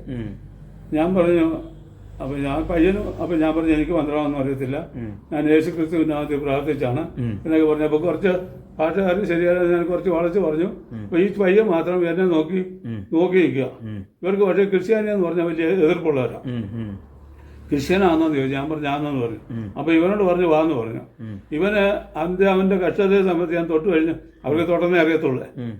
ഇത് കഴിഞ്ഞ് കഴിഞ്ഞപ്പം ഇവന് സുഖമായപ്പോൾ ഇവന് എന്നെ നോക്കി അങ്ങനെ ഇവർ വിളിച്ച് വായിച്ചുകൊണ്ടാണ് പോയത്. അപ്പം അങ്ങനെ ഉണ്ടായി. അപ്പം മറ്റേ ഞാൻ ജോലി ചെയ്യുന്നിടത്ത് തന്നെ മറ്റൊരു മുസ്ലിം ഫാമിലി ഉണ്ടായിരുന്നു. അയാൾ വളരെ കഷ്ടപ്പെടുമായിരുന്നു. കാരണം അവിടെ അന്ന് മലയാളികൾ അധികമില്ല. ഒരു കടക്കാരനുണ്ടായിരുന്നു. അപ്പോൾ ഞാൻ അവിടെ ചെന്നപ്പം ഞാൻ ചോദിച്ചാൽ മുഹമ്മദ് പേര് എന്തെന്ന് ചോദിച്ചാൽ പറഞ്ഞു സുഖമില്ല കിടക്കുവാന്ന് പറഞ്ഞു. ഞാൻ പറഞ്ഞു ഞാൻ വന്ന് പ്രാർത്ഥിക്കട്ടെ എന്ന് ചോദിച്ചു. വാന്ന് പറഞ്ഞു. ഞാൻ പ്രാർത്ഥിച്ച് പറഞ്ഞ സുഖമായി. അവരുടെ തന്നെ ഒരു പയ്യനുണ്ടായിരുന്നു, വേറെ ഒരു പയ്യൻ. ഒരു ദിവസം വളരെ കഷ്ടത്തിലിരിക്കുന്ന പറഞ്ഞാൽ എന്നോട് പറഞ്ഞു. അപ്പോൾ എന്നെ കളിയാക്കി ഒരു ഹിന്ദു ഒരുത്തൻ അവിടെ കടയിൽ നിൽപ്പുണ്ടായിരുന്നു. ചേട്ടനൊന്ന് പോയി അന്ന് പ്രാർത്ഥിച്ചില്ല എന്നാ പറഞ്ഞു. ഞാൻ വെച്ച് പ്രാർത്ഥിച്ച് കഴിഞ്ഞാൽ അവന് സുഖമായി. അപ്പോൾ ഇയാൾ പറയുമായിരുന്നു, ഇതുകൊണ്ടൊക്കെ ഞാൻ ജോലി ചെയ്യുന്നിടത്ത് ചേട്ടൻ ഇന്നായിട്ടുണ്ട്, അവിടെ പോയി ഒരാളോട് പറഞ്ഞാൽ മതി സുഖമില്ലാത്തവർക്ക് പ്രാർത്ഥിക്കുമെന്നൊക്കെ പറയുമായിരുന്നു. അപ്പോൾ അങ്ങനെ ഒരുപാട് കാര്യങ്ങൾ എന്നെ കൊണ്ട് ചെയ്തിട്ടുണ്ട്. പിന്നെ ഒരു സമയത്ത് എൻ്റെ ജോലി ചെയ്ത ഒരു പയ്യൻ കത്തോലിക്കനാണ്. അവന് പെന്തിക്കോസ്ത് എന്ന് പറഞ്ഞ വലിയ അകനിഷ്ഠമാണ്. അപ്പോൾ ഞാൻ സെക്ഷനിൽ വന്നു പോലും ഇത് പറയുമ്പോൾ പറഞ്ഞാൽ ഹിന്ദുക്കളുടെ മധ്യ പെന്തിക്കോസിൻ്റെ കുറ്റമൊക്കെ ഇവൻ പറയും. അപ്പം ഞാൻ പറഞ്ഞടാ, നമ്മൾ ക്രിസ്ത്യാനികൾ നമ്മൾ അടിയാന്ന് പറയുന്നത് മറ്റുള്ളവർ അറിയുന്നത്, നീ ചുമ്മാ ഇടാന്ന് പറയും. അല്ല അവരും ഒരേട്ട് ഇങ്ങോട്ട് കൊള്ളൊരു കാര്യം എന്നൊക്കെ പറയുമായിരുന്നു. ഒരു ദിവസം ഞാൻ ഇവരോട് പറഞ്ഞു, നീ ഒരു കാര്യം ചെയ്യും, നീ ഇതുകൊണ്ടൊക്കെ ഏതാ സഭ അറിയാൻ വയ്യെങ്കിൽ ദൈവമേ ബൈബിൾ വായില് പ്രാർത്ഥിച്ചുകൊണ്ട് ബൈബിൾ വായില് ദൈവം എന്ത് പറയുന്നത് അതുപോലെ ചെയ്യുമെന്ന് പറഞ്ഞു. കഷ്ടിച്ചൊരു 2 മാസമായിരുന്നു എൻ്റെ തോന്നൽ. അപ്പോൾ 2 മാസമായപ്പോൾ എന്നോട് പറഞ്ഞു എനിക്ക് സ്നാനപ്പെടണമെന്ന് പറഞ്ഞു. അപ്പോൾ എനിക്ക് അത്ഭുതം തോന്നി. ഞാൻ ചോദിച്ചാൽ എനിക്ക് എന്താ പറ്റിയെന്ന്. അപ്പോൾ പറഞ്ഞു, ഇവന് വീടി വലിക്കാതിരിക്കാൻ പറ്റത്തില്ലായിരുന്നു. ഇവൻ ഒരുപാട് പ്രാവശ്യം മറ്റുള്ളവരായിട്ട് വെച്ചു വെക്കുമായിരുന്നു. ഞാൻ ഇനി വീടി വലിക്കത്തില്ലെന്ന് പറഞ്ഞു. അപ്പോൾ വീട് വലിക്കത്തില്ലെന്ന് പറഞ്ഞാൽ ഒടുവിൽ ഇവൻ എന്ത് ചെയ്തു, ഒരു ദിവസം എന്നോടൊന്നും പറഞ്ഞില്ല, ഞാൻ പ്രാർത്ഥിച്ചുമില്ല. ഇവൻ ഒരു ദിവസം ചിന്തിച്ചു, ശകലയോട് പറയണമെന്ന് വീട് വലി നിൽക്കാമെന്ന് പ്രാർത്ഥിക്കണമെന്ന് ചിന്തിക്കണമെന്ന് പറഞ്ഞു. അവനിങ്ങനെ മനസ്സിൽ ചിന്തിച്ച് അന്ന് ദൈവം തന്നെ ഇവനൊരു വിടുതൽ കൊടുത്തു. അപ്പോൾ പെന്തിക്കോസിന്റെ ശക്തിയാണെന്ന് മനസ്സിലാക്കിയിട്ട് സ്ഥാനപ്പെട്ടു. ഇവൻ്റെ ഭാര്യ അന്ന് നാട്ടിൽ പോയിക്കുമായിരുന്നു. അവൾ വന്നപ്പം വീട്ടിൽ ഒരേ പ്രശ്നം. ഇവൻ സ്ഥാനപ്പെട്ടെന്ന് കഴിഞ്ഞപ്പം യോജനപാമ്പെത്തില്ല, അത് ഇതൊക്കെ. പിന്നെ ഇവന് വീട്ടിലുണ്ടായിരുന്ന ഫോട്ടോയും അതെല്ലാം എടുത്ത് നശിപ്പിച്ചു. അപ്പോൾ കന്യാസികൾ വന്നപ്പോൾ ചോദിച്ചു എന്തിയെന്ന് ചോദിച്ചാൽ പറഞ്ഞു. അപ്പോൾ അവന് പറഞ്ഞു ഇതുകൊണ്ടൊക്കെ വിഗ്രഹാരം ശരിയല്ലെന്നൊക്കെ പറഞ്ഞ് അവർ തർക്കിക്കുകയും ചെയ്തു. അതിന് പക്ഷേ ഇവൻ പറയാനൊക്കെ ഒരു കാരണമുണ്ട്. കാരണം ഇവന് ഏകദേശം 72 കൂടെ ഇവന് ഒരു കാശ് പലിശയ്ക്ക് കൊടുക്കുന്ന ഒരു അനുഭവം ഉണ്ടായിരുന്നു. അക്കാലത്ത് 2000 രൂപ എന്ന് പറഞ്ഞാൽ ഭയങ്കര ഒരു എമൗണ്ടാണ്. 72 ഇവിടെ ഒരു നല്ല വലിയ സൈറ്റ് കിട്ടും 2000 രൂപയ്ക്ക്. ആ സമയത്ത് ഇവന് ഒരു സ്ത്രീക്ക് പലിശയ്ക്ക് കൊടുത്ത് 2000 രൂപ പലിശയ്ക്ക് കൊടുത്തു. ഇവിടെ ചെന്ന് നോക്കിയപ്പോഴാണ് ഇവൾ വലിയൊരു റബഡി ചെയ്യാൻ ഏട്ടാണ്. എന്നോട് വന്ന് പറഞ്ഞോടാ, അപ്പോൾ ഞാനിങ്ങനെ ഒരു അവസരത്തിൽ പോയി ചാടി ഒന്ന് പ്രാർത്ഥിക്കാൻ പറഞ്ഞു. ഞാൻ പ്രാർത്ഥിച്ചതാ എന്നാ തോന്നുന്നു. ഏതായാലും കൊള്ളാം, അവരായിട്ട് കൊണ്ട് കാശ് തിരിച്ചു കൊടുത്തു. അപ്പോൾ ഇവനൊരു പ്രാർത്ഥന വിശ്വാസം വന്നുകൊണ്ടാണ് ഇവൻ അങ്ങനെ ആയത്. ലാസ്റ്റിൽ ഇവൻ പേത്തോയി വന്നുകൊണ്ടിരുന്നു. വന്ന് പിന്നെ പരാതിയൊക്കെ ആയി. കുറച്ച് കഴിഞ്ഞപ്പോൾ ഇവന് ഒരസുഖം ഉണ്ടായി. അസുഖം ഉണ്ടായെന്ന് പറഞ്ഞാൽ അന്ന് അവന് 4-5 അസുഖങ്ങൾ അറ്റ് ടൈം ഉണ്ടായി. അപ്പോൾ ഇവൻ്റെ ഭാര്യയുടെ അമ്മാച്ചൻ ഞാനുമായിട്ട് വലിയ ക്ലോസാണ്. ഒരു വർഗീസ് ചങ്ങനാശ്ശേരി. ആ പുള്ളി എന്നെ വഴി കണ്ടപ്പോൾ പറഞ്ഞത് ഉണക്ക് ജോസഫ് അഡ്മിറ്റ് രാമയിൽ വലിയ ഇതിലാന്ന് പറഞ്ഞു. അപ്പോൾ ഞാൻ ശരി അന്ന് പോയി കണ്ടപ്പം ഇവന് മിണ്ടാനൊന്നും പോയി വെന്റിലേറ്റർ പോയി കിടക്കുക. ഇവനപ്പോൾ എന്നെ ഇങ്ങനെ തലേ കൈ വെച്ച് കണ്ട് പ്രാർത്ഥിക്കാൻ ഞാൻ പ്രാർത്ഥിച്ച് പോരുകയും ചെയ്തു. അത് കഴിഞ്ഞപ്പോൾ ഞാനും എൻ്റെ ഭാര്യയും കൂടെ വീണ്ടും അവിടെ പോയി. ചെന്ന് കഴിഞ്ഞപ്പം ഇവനെ വെന്റിലേറ്റർ ഇട്ടേക്കുക. വെന്റിലേറ്റർ ആണെന്ന് തോന്നുന്നു. ഇവന് അപ്പം ഇവരുടെ ആൾക്കാരല്ല ഇവന് മരണം കാണാനായിട്ട് കാത്തു നിൽക്കുക. അപ്പം ആരും നഴ്സുമാരും ഒരു ഡോക്ടർമാരും ഇല്ല. ഇവന് അഗസ്ഥിതി കിടക്കുക. അപ്പം ഞാൻ പറഞ്ഞു എന്നാ പ്രാർത്ഥിക്കാമെന്ന് പറഞ്ഞു. വേറെ വഴിയില്ലല്ലോ എന്ന് പറയാൻ പ്രാർത്ഥിക്കാമെന്ന് പറഞ്ഞപ്പോൾ ശരി അവർ വന്നു. ഞാൻ പ്രാർത്ഥിച്ചുകൊണ്ട് ഇവർ വർത്താനം പറയുന്നു. കാരണം ഇപ്പം ഞാൻ ഓർത്തില്ല ഇതെന്താ ഞാൻ വർത്താനം പറയോ പ്രാർത്ഥിക്കുന്ന ഒരു വർത്താനം പറയുന്നല്ലോ എന്ന് നോക്കിയപ്പം കമ്പ്യൂട്ടറിൽ റീഡിങ് ചെയ്തിരിക്കുകയായിരുന്നു BP അല്ല. അത് കറക്റ്റായിട്ട് കാണിക്കുന്നു. അതാ ഇവർ പറഞ്ഞത്. അപ്പം ഞാൻ അപ്പോൾ പ്രാർത്ഥിച്ച ഒരു സെക്കൻഡ് കൊണ്ട് തന്നെ ദൈവം ഇവൻ്റെ BP ശരിയാക്കി. അപ്പോൾ അത് അവർക്ക് വലിയ അത്ഭുതമായി. ലാസ്റ്റിൽ കുറച്ച് ദിവസം കഴിഞ്ഞ് ഇവനെ എടുത്തുകൊള്ളാൻ ദൈവം തീരുമാനിച്ചെന്ന് തോന്നുന്നു. ഇവൻ മരിച്ചു കഴിഞ്ഞപ്പോൾ ഇവൻ്റെ വീട് എൻ്റെ വീടിനടുത്ത് കുറച്ച് ദൂരെയാണ്. ഒരു 3-4 കിലോമീറ്റർ അപ്പുറേസാണ്. 5 കിലോമീറ്ററുണ്ട്. അപ്പോൾ അവിടെ ഞാനും എൻ്റെ ഭാര്യയും കൂടെ പോയി. ചെന്നപ്പം ഇവൻ്റെ 3 പിള്ളേരും ഉണ്ട്. അതിന് മുമ്പേ ഒരു സംഭവം ഉണ്ടായി. ഇവന് ഹോസ്പിറ്റലിൽ അഡ്മിറ്റായിരുന്നു. ഒരു സമയത്ത് ഹോസ്പിറ്റലായപ്പം ഇവൻ്റെ മരണത്തോട് മല്ലടിച്ചുകൊണ്ട് കിടക്കുന്ന പറഞ്ഞാൽ മരിച്ചു. അപ്പോൾ ഇവൻ്റെ അപ്പൻ ആംബുലൻസൊക്കെ വിളിച്ചുകൊണ്ട് വന്ന് ശവം കൊണ്ടുപോകാനൊക്കെ ഉണ്ട്. അപ്പം ഒരു കത്തോലിക്കൽ ഒരു അച്ഛൻ ജർമ്മനിയിൽ നിന്നൊക്കെ വന്നിട്ടുണ്ട്. അച്ഛൻ ഇവർക്ക് വേണ്ടി പ്രാർത്ഥിച്ചു. അന്ന് അവന് 33 വയസ്സോട്ട് 33 വയസ്സുമുണ്ട്. 2 പിള്ളേരും ഉണ്ട്, ഭാര്യയുണ്ട്. പെണ്ണിന് 23 വയസ്സേ ഉള്ളൂ. രാത്രി ഏതായാലും കൊള്ളാം അച്ഛൻ വന്ന് പ്രാർത്ഥിച്ച ജീവൻ വന്നു. അപ്പം ഞാൻ അന്ന് നാട്ടിലായിരുന്നു. അപ്പം ഞാൻ നാട്ടിൽ നിന്നിട്ട് വന്നപ്പം എന്നോട് ആൾക്കാർ പറഞ്ഞു അവിടെ കൂടെ ജോലി ചെയ്യുന്നവരല്ല, അന്യരല്ല, ഇതുകൊണ്ടൊക്കെ ജോസഫ് മരിച്ചു പോയെന്ന് പറഞ്ഞു. അപ്പം ഞാനപ്പോൾ മറ്റാരോണ്ടോട് ചോദിച്ചു ജോസഫിൻ്റെ ഭാര്യയും പിള്ളേരും ഇപ്പോൾ ഇവിടെ വന്നു. കേട്ടപ്പോൾ എനിക്ക് ഭയങ്കര പ്രയാസം തോന്നി. കാരണം ഞങ്ങൾ അത്ര ദിവസമായിട്ടിരുന്നതാണ്. അപ്പം പറഞ്ഞു ഇതുകൊണ്ടൊക്കെ ജോസഫും ഭാര്യയും ക്വാർട്ടേഴ്സിലുണ്ടെന്ന് പറഞ്ഞു. ഞാൻ പറഞ്ഞു ജോസഫ് മരിച്ചു പോയെന്ന് പറഞ്ഞു. പിന്നെ ജീവനോടുന്നു. ഒരു കുട്ടി പറയുന്നത് ജീവനോടുന്നു, ഒരാൾ മരിച്ചെന്ന് പറയുന്നു. അപ്പോൾ എന്താണെന്ന് ചോദിച്ചപ്പം അപ്പോഴാണ് ഞാൻ അറിയുന്നത് ഇതുകൊണ്ടൊക്കെ അച്ഛൻ വന്ന് പ്രാർത്ഥിച്ച ഇതാണെന്നുള്ളത്. അത് കഴിഞ്ഞപ്പോഴാണ് ഈ സംഭവം ഉണ്ടായത്. സംഭവം ഉണ്ടായി കഴിഞ്ഞാൽ അത് കഴിഞ്ഞപ്പം മരിച്ചു കഴിഞ്ഞപ്പം ഇവൻ്റെ ശവടക്കിൽ ഞാനും ഭാര്യയും കൂടെ പോയി. ചെന്ന് കഴിഞ്ഞപ്പം ഇവൻ്റെ മൂത്ത പെണ്ണ് അന്ന് 14 വയസ്സുണ്ട്.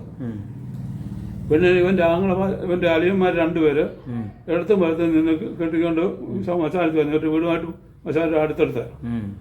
അപ്പോൾ പിടിച്ചോണ്ട് വരുന്ന കണ്ടപ്പം അപ്പം ഞാനവിടുത്തെ ദുഃഖം കൊണ്ടായിരിക്കുമെന്ന് പറഞ്ഞു. ലാസ്റ്റിൽ ശവം കുഴിക്കാതെ വെച്ചപ്പം ഇവിടെ അവിടെ കിടന്നുകൊണ്ട് പെട്ടിയെ നോക്കി. അപ്പോൾ ഞാൻ ചോദിച്ചാൽ എന്ത് പറ്റിയെന്ന്. കാൽ 2 തുറന്നു പോയെന്ന് പറഞ്ഞു. ഈ അപ്പം മരിച്ചു പോയി, ഇവള് തളർന്നും പോയി. കേട്ടപ്പോൾ എനിക്ക് വലിയ അപ്പോൾ എനിക്ക് സ്വല്പം ആരോഗ്യം ഉണ്ടായിരുന്നു. ഞാനിവിടെ കയ്യിൽ കോലി എടുത്തുകൊണ്ട് ഇവരുടെ വീട്ടിൽ പോയി പ്രാർത്ഥിക്കാമെന്ന് പറഞ്ഞു. പ്രാർത്ഥിച്ച് അവൾ താഴെ എഴുന്നേറ്റ് പോയി.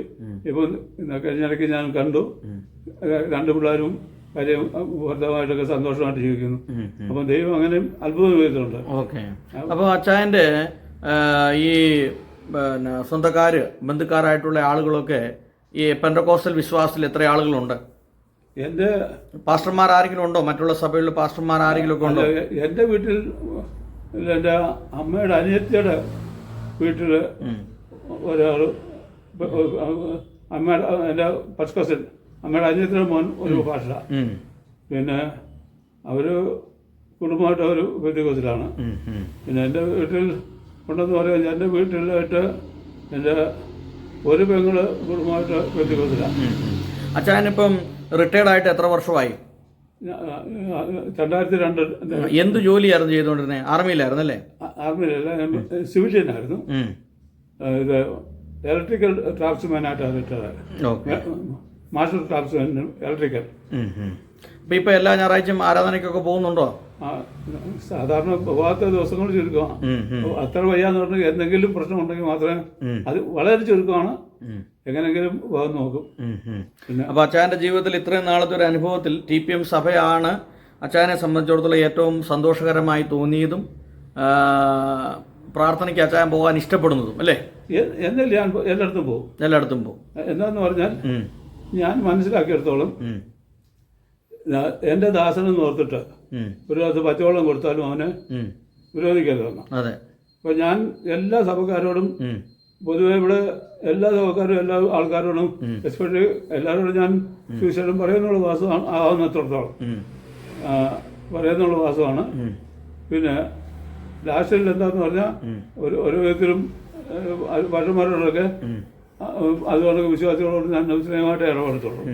പിന്നെ എനിക്ക് ചിലരോട് ഞാൻ പിന്നെ സുവിശേഷം പറയുന്നുള്ള ചിലപ്പം TPM നല്ല സഭയാണെന്ന് പറയുന്നുള്ള വാസമാണ്. അത് അത്ര ഇതുണ്ടെങ്കിലേ പറയത്തുള്ളൂ, അല്ലെങ്കിൽ ഞാൻ ആരോടും പറയത്തില്ല. പിന്നെ മറ്റുള്ള ഞാൻ ചിലരോടത്തോട് പറയും, എനിക്ക് പറ്റാത്ത ആളെ ഞാൻ പറയും, ഇന്നൊരു സഭയിൽ ഇന്ന പാട്ടുണ്ട്, അടുത്തുണ്ട്, നിങ്ങൾ അവിടെ പോകാൻ പറയും.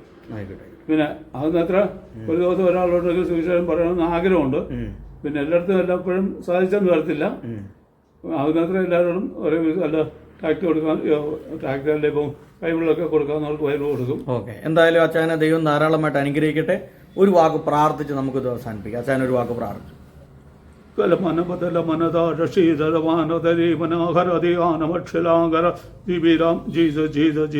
ഞങ്ങളുടെ സ്വർഗ സംവിധായ ദൈവമേ, പ്രിയ സൗഹൃദം ഞങ്ങൾക്ക് സാക്ഷി പറയുവാൻ നീ തന്നെ ഞങ്ങൾക്ക് അനുവാസം മാറ്റണ കർത്താവ്, നാമത്തിന് സഹായിക്കും. വർഷനായ സ്വതം ധാരാളമായി ഒരു അനുവാസ ദേശത്തെ രക്ഷിക്കണ കർത്താവ്, വലിയൊരു ഉണർന്ന് നീ പാരണ കർത്താവ്, ശത്രുഭൂമി മേശ നീ ഒരുക്കണമെന്ന് പ്രാർത്ഥിക്കുന്നു. നിന്റെ നാമം ഞങ്ങൾ മഹത്വപ്പെടുത്തണ കർത്താവ്, ദേഷം ചെയ്യുവാൻ വേണ്ട കൃപ ധാരണമെന്ന് പ്രാർത്ഥിക്കുന്നു. നിന്റെ കൃപ കൃപ കൃപ എല്ലാവരോടും കൂടെ ഇരിക്കണമേ. ദേശത്തെ രക്ഷിക്കണമേ, സഭകളെ ഒരുമിപ്പിക്കണമേ. ദേശത്തെ രാജ്യത്ത് വലിയ ഉണർന്നുണ്ടാകാൻ സഹായിക്കണമേ. മുഴു ലോകത്തിൽ വലിയൊരു ഉണർന്നു അന്ത്യാൽ സർവ്വയിടത്തിന്മേലും ആത്മാനുഭവം ആത്മാന്റെ ഭാര്യമാര് പേജെല്ലാവരും നിരക്ഷിക്കും. പറ്റുകൊണ്ട് ഒരു കേസിനകത്തുണ്ടായി കേൾക്കണം. ഇതാവേ ഞാൻ ഒരു അർജന്റായിട്ട് ഒരു കാര്യം പറയേണ്ട കാര്യം മറന്നിട്ടു. എന്നാന്ന് പറഞ്ഞാൽ, ഞാൻ അഭിഷേകത്തിന് വേണ്ടി കാത്തിരിക്കുമോ, അഭിഷേകം ഞാൻ ഒരുപാട് സഭയിൽ പോയിട്ടുള്ളതുകൊണ്ട്, പല സഭയിലും പോയിട്ടുള്ളതുകൊണ്ട്, അപ്പോൾ പ്രധാനമന്ത്രിയിലൊക്കെ പോയപ്പോൾ പരിശുദ്ധാത്മ വന്നു കഴിഞ്ഞു. ഇപ്പോൾ അന്യഭാഷ ഒന്നും ശരിയല്ല എന്നൊക്കെ പറയുന്നത് ഞാൻ കേട്ടിട്ടുണ്ട്. അപ്പോൾ അതുകൊണ്ട് ഞാൻ ദൈവത്തോട് പറഞ്ഞു, ദൈവമേ, അഭിഷേകം എന്നുകൊണ്ട് പറയുന്നുണ്ടെങ്കിൽ എനിക്ക് തരണം. അത് അന്യഭാഷ തരുവാണെങ്കിൽ, അന്യഭാഷ എന്നൊന്നും ഉണ്ടെങ്കിൽ തരണം. അത് ഇത് കൈയടിക്കുമ്പോൾ എനിക്ക് അന്യഭാഷ വേണ്ട. ഞാൻ എപ്പോൾ ദൈവത്തെ ധ്യാനിക്കുമോ ആ സമയത്ത് എനിക്ക് ആത്മാവിനെ കുറച്ച് അന്യഭാഷ കിട്ടണം. പിന്നെ പലവിധമായ ഭാഷ എന്നാണ്. എനിക്ക് ഒരു ഭാഷ എനിക്ക് പറയുന്നതല്ല, എനിക്ക് പല ഭാഷകൾ തരണം എന്നും പറഞ്ഞ് ഞാൻ ദൈവത്തിൽ പ്രാർത്ഥിച്ചു. അപ്പം അന്യഭാഷ ഉണ്ടെന്നുണ്ടെങ്കിൽ തരണം, പലവിധമായ ഭാഷ തരണം.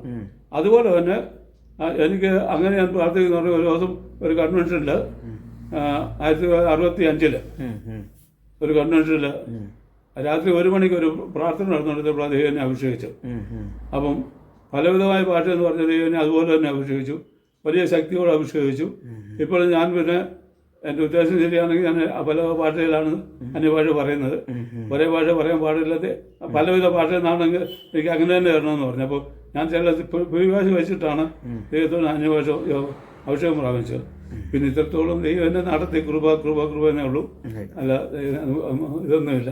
ഓക്കെ, എന്തായാലും ഇത്ര സമയം അച്ചാനോട് സംസാരിക്കാൻ കഴിഞ്ഞ ഒരു ഭാഗ്യമായിട്ട് കണക്കാക്കുന്നു. ദൈവം ധാരാളമായിട്ട് അനുഗ്രഹിക്കട്ടെ.